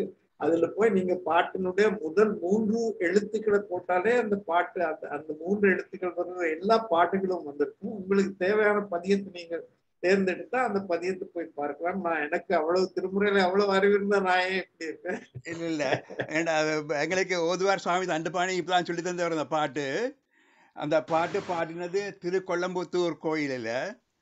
அங்கதான் விவேகானந்த அடிகள் யாழ் நூலை முதல் அரங்கேற்றம் செய்திருக்கிறார். அந்த கோயிலோட மறுகரையில திருஞான சம்பந்தருக்கு கோயிலும் இருக்குது. எனக்கு அந்த அறிவு அவ்வளவு அறிவு இல்லை. பொதுவார் சாமி தண்டபாணி எங்களுக்கு இப்போ 22 வருஷமா 12 திருமுறையும் சொல்லி கொண்டு படிச்சுட்டு இருக்கிறார் லண்டன்ல. அவர் சாமி தண்டபாணி அவர்கள் இவ்வளவு பெரிய ஒரு பாரம்பரியத்தை சேர்ந்தவர்கள். அவருடைய பூர்வீக அண்ணன் தானே தவத்திரு சுந்தரமூர்த்தி தம்பிரான் திருப்பரந்தாள் மடத்து முதல்வராக இருந்தவர். சாமி தண்டபாணி அவர்கள் என்னுடைய அருமையான நண்பர். அவருக்கு இந்த அன்பை சொல்லுங்கள். அவரே உங்களுக்கு அவர் சொல்லாத விஷயங்களை நான் எப்படி சொல்ல போறேன்? எனக்கு அவ்வளவு அறிவில்லை, அவருக்குள்ள அறிவு எனக்கு கிடையாது. நன்றி.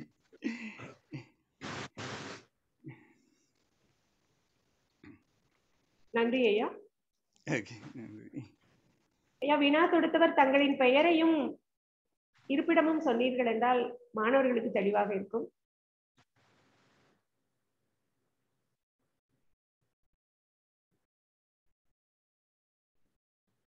மாணவர்கள் வினாக்கள் வைத்திருக்கிறீங்களாப்பா? மாணவர்களிடம் வினாக்கள் இல்லை என்றால் நிகழ்வு ஜான் கேட்டிருக்காங்க, விவோ கேட்டிருக்காங்க, கை வச்சிருக்காங்க. புனிதா ஜான் என்ற ஒரு அம்மா, ஜான்சன், புனிதா ஜான்சன். அப்புறம் வைவோ 1938 ஒருத்தர் கை வச்சிருக்காங்க. புனிதா ஜான்சன்.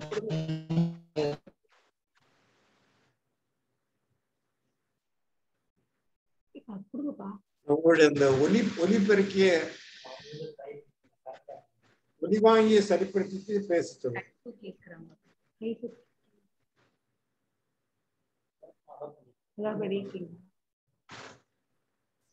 கை உயர்த்தி இருப்பவர்களுக்கு உங்களுடைய ஒலிவாங்கி திறக்கப்பட்டிருக்கிறது. நீங்கள் உங்கள் கருத்துக்களை கேட்கலாம். வணக்கம், நான் புனிதா ஜான்சன் பேசுறேன். கத்தார்ல இருந்து நான் பேசுறேன். இவ்வளோ தமிழ் இலக்கியங்கள் இத்தனை மொழிகள் மொழிபெயர்க்கப்பட்டதுன்றது கேட்கறப்ப ரொம்ப சந்தோஷமா இருக்கு. ஏன்னா எங்க அப்பா ஜியு போப்போட மொழிபெயர்ப்பெல்லாம் எங்களுக்கு சொல்லியிருக்கிறாரு. எங்க அப்பா திருவள்ளுவர் கழகத்துல செயலாளர். அதனால தமிழ் எங்களுக்கு அடிப்படையில ஆர்வம் இருக்கு. அப்ப நான் இங்க கத்தார்ல உள்ள நூலகத்துல நான் சென்று பார்த்தேன்.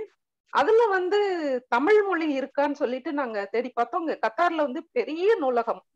அதுல தமிழ் ஒரே ஒரு இலங்கை எழுத்தாளர் மாத்திரம் தான் நூல் மொழிபெயர்த்திருக்கிறாங்க.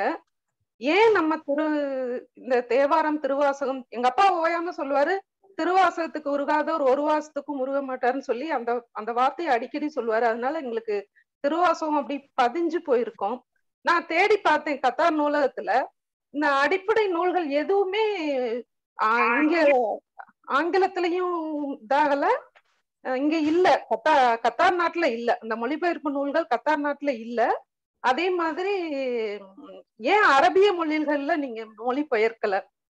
ஏன்னா இங்க அரபிய மக்கள் நல்ல மொழி ஆர்வங்கள், நூல் ஆர்வங்கள் இருக்கிற நல்ல படிப்பாளிகளா இருக்கிறாங்க. நான் நிஜமாவே பார்த்திருக்கேன். தமிழ் மக்களை காட்டிலும் நூலகத்தை பயன்படுத்துறவங்க அரபிய மக்கள் நிறைய இருக்காங்க. சிறு குழந்தைகள்ல இருந்து பெரியவங்க வரைக்கும் அவங்க வாசிப்பு திறனை கண்டு நான் ரொம்ப ஆச்சரியப்பட்டிருக்கேன்.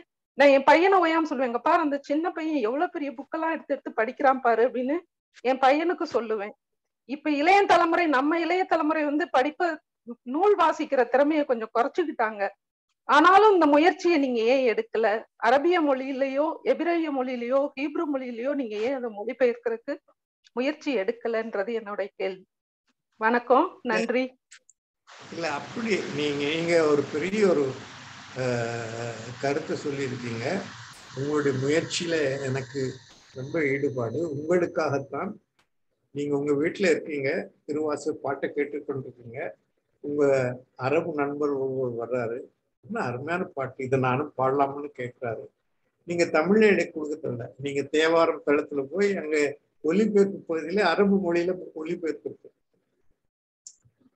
நமச்சிவாய வாழ்கிறாலும் சரி, என்ன திருவாசகம் வந்தாலும் அரபு மொழியில அரபு நண்பர் வாசிக்கலாம், அவர் மனப்பாடம் பண்ணலாம். ஆனா மொழிபெயர்ப்பு கிடைக்கலன்னா, நான் சென்னையில நான் முயற்சி செய்யாத இடங்கள் இல்லை. ஆனா அரபுல மொழிபெயர்ப்புக்கு தயங்குறாங்க எல்லாரும். அவங்க முகமதியரா இருந்து அரபு மொழி தெரியாத இருக்கிறது வாய்ப்பு குறைவு. அரபு மொழியில அறிவு வேற, அரபு மொழி பரிச்சயம் வேற. அரபு மொழியில அறிவு உள்ளவர்கள் மிக குறைவான பேர்கள் தான் இருக்கிறாங்க. அவங்க மூழ்கி இருக்கிறது தங்களுடைய புனித நூலான திருக்குறான்ல மட்டும்தான். வெளியில மூழ்கி இருக்கிறது ரொம்ப குறைவு. அரபு பேராசிரியர்களை சென்னை பல்கலைக்கழகத்துல நான் சந்திச்சு கேட்டிருக்கேன். அவங்க இந்த கை வைக்க பயப்படுறாங்க. தங்களுடைய மார்க்கத்துல இருந்து வெளியே வேறொரு மார்க்க நூலை தங்களுடைய மொழிக்கு மாற்றுவதில் உள்ள சிக்கல்களை அவங்க என்னிடம் சொல்லியிருக்காங்க. நீங்க யாராவது, நான் இப்ப அதாவது புலம்பெயர்ந்து வாழ்கின்ற முகமதியர்களை விட மக்காவுக்கும் மதீனாவுக்கும் அருகில் உள்ள கட்டார், எமிரேட்ஸ் அல்லது ஏமன் போன்ற நாடுகள் அல்லது குவைத் போன்ற நாடுகளில் உள்ள முகமதியருடைய கண்ணோட்டம் மிக பறந்து விரிந்திருக்கு. முன்பெல்லாம் அங்கு கோயில்கள் குறைவு. இப்பொழுது பகவத்கீதையை சவுதி அரேபியால படிக்க வேண்டும் நினைக்கிறார்கள், ராமாயணத்தை மகாபாரத்தை படிக்க வேண்டும் நினைக்கிறார்கள். எமிரேட்ஸ்ல சைவ கோயில்களை கட்டி கொண்டிருக்கிறார்கள். கட்டார்லயும் அந்த நிலை வரக்கூடும். நீங்கள் செய்யக்கூடியதெல்லாம் எனக்கு நல்ல ஒரு அரபு மொழிபெயர்ப்பாளரை கண்டுபிடித்து தாருங்கள், நாங்கள் நிச்சயமாக அதை மொழிபெயர்த்து தளத்திலே போடுவோம், நூலாக்கி உங்கள் நூலகத்துக்கு தருவோம். நன்றிங்க. மிகச்சிறந்த கருத்து சொன்ன திருமதி புனிதா ஜான்சன். நீங்க திருவாசகத்தை படிக்கணும்னா தளத்திலே போய் படிக்கலாம், புத்தகத்தை தேடி நீங்க நூலகத்துக்கு போக தேவையில்லை. எங்களுடைய தளத்துல போனீங்கன்னா 658 பாடல்களை படிக்கலாம், பொழிப்புரையை படிக்கலாம், குறிப்புரையை படிக்கலாம், பாடல்களை கேட்கலாம், அந்த கோயில் வரலாறுகளை படிக்கலாம், அந்த திருவாதூரடிகள் புராணத்துல சொல்லப்பட்ட மாணிக்கவாசர் வரலாறு படிக்கலாம். என்னென்ன விவரங்கள் தேவையோ அத்தனையும் உங்களுக்காக தளத்துல கொடுத்திருக்கிறோம். நீங்க நூலகத்துக்கு போகாமல் வீட்டில் இருந்தபடியே எந்த நேரமும் எந்த நிலையிலும் நீங்க சந்திரனுக்கு போனா கூட அங்க இருந்து படிக்க. கண்டிப்பா ஐயா. ஆனா எங்க அப்பா வந்து அந்த புத்தகத்தோட வாசனையை காட்டிட்டாரே. நன்றிமா, சிறப்பு உங்களுடைய பங்களிப்பு. நன்றி.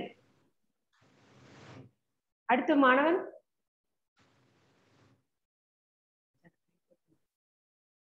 கை உயர்த்திருப்பவர்கள் வினாக்களுக்காக.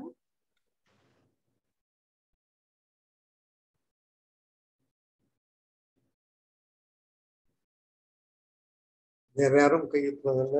ஏறத்தாழ 2 மணி நேரங்கள் ஆயிடுச்சு. ஐயா, இது வரலாறுங்கய்யா. 2 மணி நேரம் இணையத்தில் எங்கள் மாணவர்கள் உங்களுடைய உரைக்காக இணைந்திருக்கிறார்கள். சிவனருள் சிவகடாட்சம். நன்றி ஐயா. முறையாக நிகழ்வு தொகுப்பாளர். நான் ஒரு நன்றி சொல்ல வேண்டிய கடமை இருக்கு.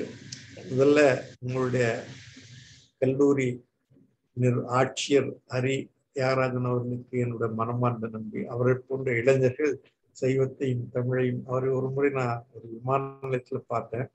சொன்னார், நான் இப்பதான் 63 நாயன்மார் மயிலாப்பூர் திருவிழாவுக்கு போயிட்டு வர்றேன். ஈடுபாடு இருக்கு. இந்த மாதிரியான ஒரு பெருமானார் வழிகாட்டல்ல பேராசிரியர் பாண்டியராஜனுடைய தலைமையில பேராசிரியர் மங்கையர்க்கரசி அம்மாவுடைய பெரும் ஆற்றல் திறமையில நீங்க எல்லாரும் வளர்ந்து வருகிறீர்கள் என்பதில் மிகவும் மகிழ்ச்சி. இவ்வளவு பொறுமையாக கேட்டவங்களுக்கு நன்றி சொல்கிறேன். நன்றி, வணக்கம். நன்றி ஐயா. சிவகடாட்சம்ங்கிற வார்த்தையை சொல்லிக்கிட்டே இருந்திருப்பேங்கய்யா. இன்றைக்கு முழுவதுமாக அந்த வார்த்தைக்கு பொருள் கிடைத்தது என்று நான் நம்புகின்றேன். நன்றி ஐயா. மொழிபெயர்ப்பால் சமய வளர்ச்சி மேம்படும் என்பது யாராலும் மறுக்க இயலாத உண்மை ஐயா. அந்த வகையில் சைவ திருமுறைகள் பல்வேறு மொழிகளில் மொழிபெயர்க்கப்பட்டுள்ளதை ரொம்ப அழகாக விரிவாக எடுத்துரைத்தமைக்கு மிக்க நன்றி ஐயா. ஆனாலும் முறையாக நன்றி உரை. நன்றி மறவேல் நன்மை கடைப்பிடி என்ற ஔவையின் வாக்கு. நன்றை நல்லதை மறவாதிருக்கும் பண்பினை குறிக்கும் சொல்தான் நன்றி என்பது. அந்த வகையில் எம் துறையின் உதவி பேராசிரியர் முனைவர் ரே கோவிந்தராஜ் ஐயா அவர்களை முறையாக இந்த நிகழ்விற்கு நன்றியுரையாற்ற வருமாறு அன்புடன் அழைக்கின்றேன். அனைவருக்கும் வணக்கம். மாதாந்திர சைவ சித்தாந்த சொற்பொழிவு தொடர்ந்து நிகழ்ந்து கொண்டிருப்பதற்கு உறுதுணையாக இருந்து கொண்டிருக்கிற எம் கல்லூரியின் தலைவர், துணைத் தலைவர், செயலர் அவர்களுக்கு இத்தருணத்தில் நன்றியை தெரிவித்துக் கொள்கிறேன். இந்த சைவ சித்தாந்த சொற்பொழிவிற்கு தலைமையுரை தாங்கி வாழ்த்துறையையும் வழங்கிய எம் கல்லூரியின் முதல்வர் முனைவர் து. பாண்டியராஜா ஐயா அவர்களுக்கு மனமார்ந்த நன்றியை தெரிவித்துக் கொள்கிறேன். இந்நிகழ்விற்கு வரவேற்பு உரை வழங்கிய எம் துறையின் பேராசிரியர் முனைவர் மு. கற்பகம் அம்மா அவர்களுக்கு மனமார்ந்த நன்றிகளை தெரிவித்துக் கொள்கிறேன். இந்நிகழ்வின் சிறப்பு விருந்தினர் தருமபுர ஆதீனம் பன்னிரு திருமுறை மொழிபெயர்ப்பு ஒருங்கிணைப்பாளர் மரவன் புலவு திரு க. சச்சிதானந்தம் ஐயா அவர்களை அறிமுகம் செய்து சைவ சித்தாந்த சொற்பொழிவை மிக சீரும் சிறப்புமாக ஆற்றுப்படுத்தி வரும் எம் துறையின் தமிழ்துறை தலைவர் முனைவர் ராம மலர்விழி மங்கையர்க்கரசி அம்மா அவர்களுக்கு மனமார்ந்த நன்றிகளை தெரிவித்துக் கொள்கிறேன். இந்த நிகழ்விற்கு ஒருங்கிணைப்பாளராக இருந்து கொண்டு மிக சீரும் சிறப்புமாக நிகழ்வை நடத்தி கொண்டிருக்கக்கூடிய முனைவர் சு. உமா மகேஸ்வரி அம்மா அவர்களுக்கும் இத்தருணத்தில் நன்றியை தெரிவித்துக் கொள்கிறேன். இன்றைய சிறப்பு விருந்தினர் தருமபுர ஆதீனம் பன்னிரு திருமுறை மொழிபெயர்ப்பு ஒருங்கிணைப்பாளர் மரவன் புலவு திரு க. சச்சிதானந்தன் ஐயா அவர்கள் சைவ திருமுறைகள் எந்தெந்த மொழிகளில் மொழிபெயர்க்கப்பட்டிருக்கிறது என்ற அந்த விவரங்களை பட்டியலிட்டு காட்டி மிக சிறப்பானதொரு உரையை வழங்கிய ஐயா அவர்களுக்கு மீண்டும் ஒரு முறை மனமார்ந்த நன்றியை உரித்தாக்கிக் கொள்கிறேன். இந்த நிகழ்விற்கு வருகை தந்த நகரத்து பெரியோர்கள், முன்னாள் பேராசிரியர் பெருமக்கள், எம் துறையின் மூத்த பேராசிரியர் காந்திதுரை ஐயா அவர்கள், தமிழ்துறை பேராசிரியர் பெருமக்கள், அனைத்திற்கும் மேலாக இந்த நிகழ்வில் பங்கு பெற்று பயனடைய இருக்கின்ற மாணவ செல்வங்கள் அனைவருக்கும் இத்தருணத்தில் நன்றியை உரித்தாக்கிக் கொள்கிறேன். ஒளியை அமைத்து தந்த பணியாளர்களுக்கும் இத்தருணத்தில் நன்றியை தெரிவித்துக் கொள்கின்றேன். நன்றி, வணக்கம். நிகழ்வின் நிறைவாக மங்கள வாழ்த்து.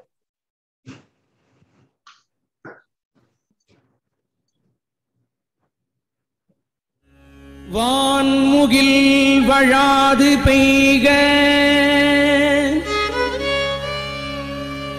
மலிவளம் சுரக்க மன்னன் கோன் முறை அரசு செய்க குறைவிலாது உயிர்கள் வாழ்க நான்மறை அறங்கள் ஓங்க நர்த்தவம் வேள்வி மல்க மேன்மைகள் சைவ நீதி விளங்குக உலகம் எல்லாம்.